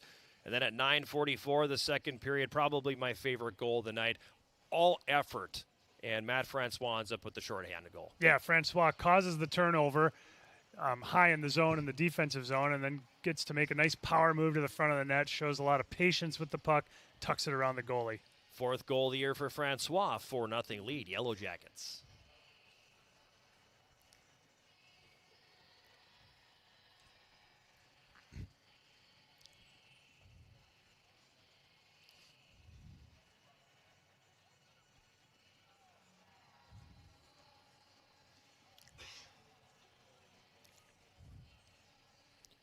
That goal is unassisted, and it's the 5th shorthanded goal of the year for the Yellow Jackets. We talked a little bit about it during the delay that, there's times where they don't have no shorties in a year at all. Now they're up to 5 already, and I think the school record is 9. That's a bunch. So, I mean, that's a lot. Yeah. But, I mean, it's a signpost in the distance, but it's not as far away as you think. Right. Yeah. With the way that they've been able to create these shorthanded opportunities. So you'd ask Coach McKenna, is that a weapon? He's going to say, nah, I'd prefer it not be. But it kind of is with the way this team kills penalties. He does have, like we talked about during the broadcast, he has a handful of players that can be threats in shorthanded situations. Yes, as a coach, you want to make sure that you're not playing for that. You just take it if it comes, but definitely has some people who can be a threat. 4-0 Yellow Jackets at that point. On the same penalty, Northland was able to break the shutout at 10:09. Nolan Christie with the power play goal, his first. Brock Hart and Ben Stewart got the assist. Really, it was a great goal as they got the puck up top, got the shot, got the deflection. Yeah, nice deflection out front, and the first college goal for Christie. That coming at 10:09, it was 4-1, but the Jackets added one more at 16:31. First collegiate goal for Cade Shea. Yeah, keeping on that theme of first collegiate goal. Nice to see Cade Shea break through and get his first and his return to the lineup tonight, just pounding a rebound home. Shea from Riddle and Paul, Jackets up 5-1.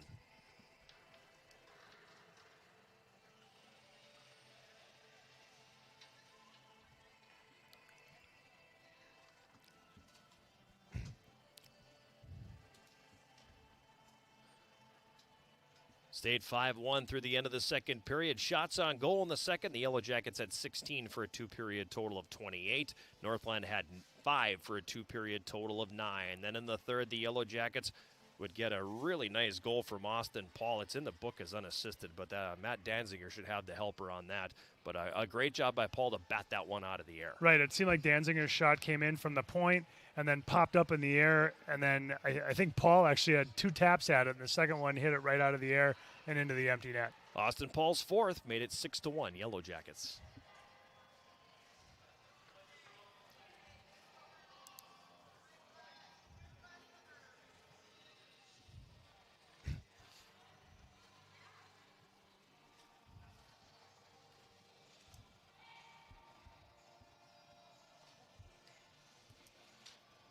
Fourth of the year for Austin Paul. Should be Danziger and Bergstrom on the assist, so I know I'm going to have a scoring change on that one. And then the Yellow Jackets closed out the scoring at 7:38 because there was a rather vicious cross-check laid on Austin Paul after he scored. It ended up being of the 5-minute variety, and the Yellow Jackets capitalized on the power play at 7:38. Carson Riddle, his second. Right, like we talked about, always good to get power play goals and kind of keep that pump primed for the power play. It's just no fun to be in a drought, so good to see him get one on the power play there. Riddle's second of the year closed out the scoring at 7:38 of the third.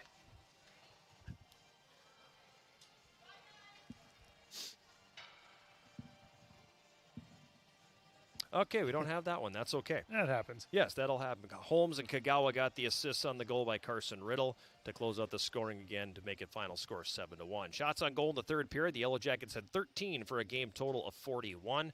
Northland had 2 for a game total of 11. Penalties in the game. The Yellow Jackets took 5 for 10 minutes, and Northland took 5 for 13 minutes. On the power play, Northland goes 1 for 4. The Yellow Jackets go 1 for 5. Jack Boschard's going to get the win in goal tonight. He finishes with 10 saves and improves to 5-1 on the season. At the other end, 34 saves for Andrew Yoakum. He is now 0-7. Yellow Jackets improved to 13-3-1 overall, 6-1 in the WIAC. Northland dropping to 0-15 overall and 0-6 in the WIAC. Up to the minute standings now, the Yellow Jackets will leapfrog back over Stevens Point into first place. They are 13-3-1 overall, 6-1 in the WIAC. They have 16 points. Stevens Point is second with 14. River Falls third with 13. Eau Claire is fourth with 12. So there you have that. 4 teams separated by 4 points. UW Stout in 5th place with 8 points. So it's going to be, again, one heck of a stretch drive and a race to the finish here between these teams in the WIAC. Final score here again tonight, the Yellow Jackets win at 7-1. We'll take one more break, come back and wrap it up from Westman Arena right after this. This is Yellow Jacket Hockey on 91.3 KUWS Superior and Yellow Jacket TV, an affiliate of the WIAC Network.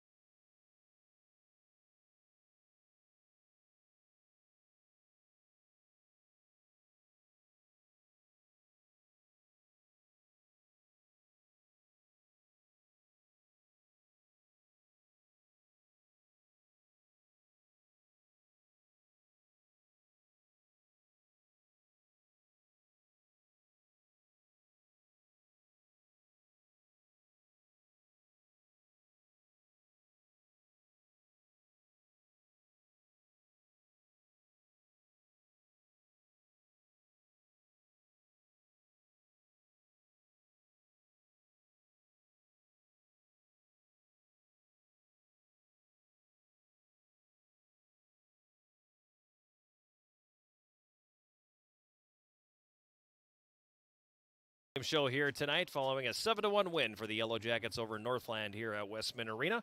Time now for our post-game show 3-star selection. Jason, who you got? Third star tonight is UWS senior center Matt Francois. He of the 1 goal and 1 assist, 2 points, was also 10 of 13 on the faceoffs, and as we heard from coaching staff, really impressed with his game as well. I thought he played fantastic, and I said it during the broadcast tonight, Jason. He's fashioning a really nice senior year here. Yes, he is. Okay, so Francois, number 3. Second star tonight is UWS freshman forward Iki Kagawa. Had 1 goal, which ended up being the eventual game winner. 1 goal and an assist. So good night for Kagawa again, and he's so good on his edges, and he brings an element to this team that it was really missing, and he's fun to watch. Absolutely. So I can concur with that at number 2.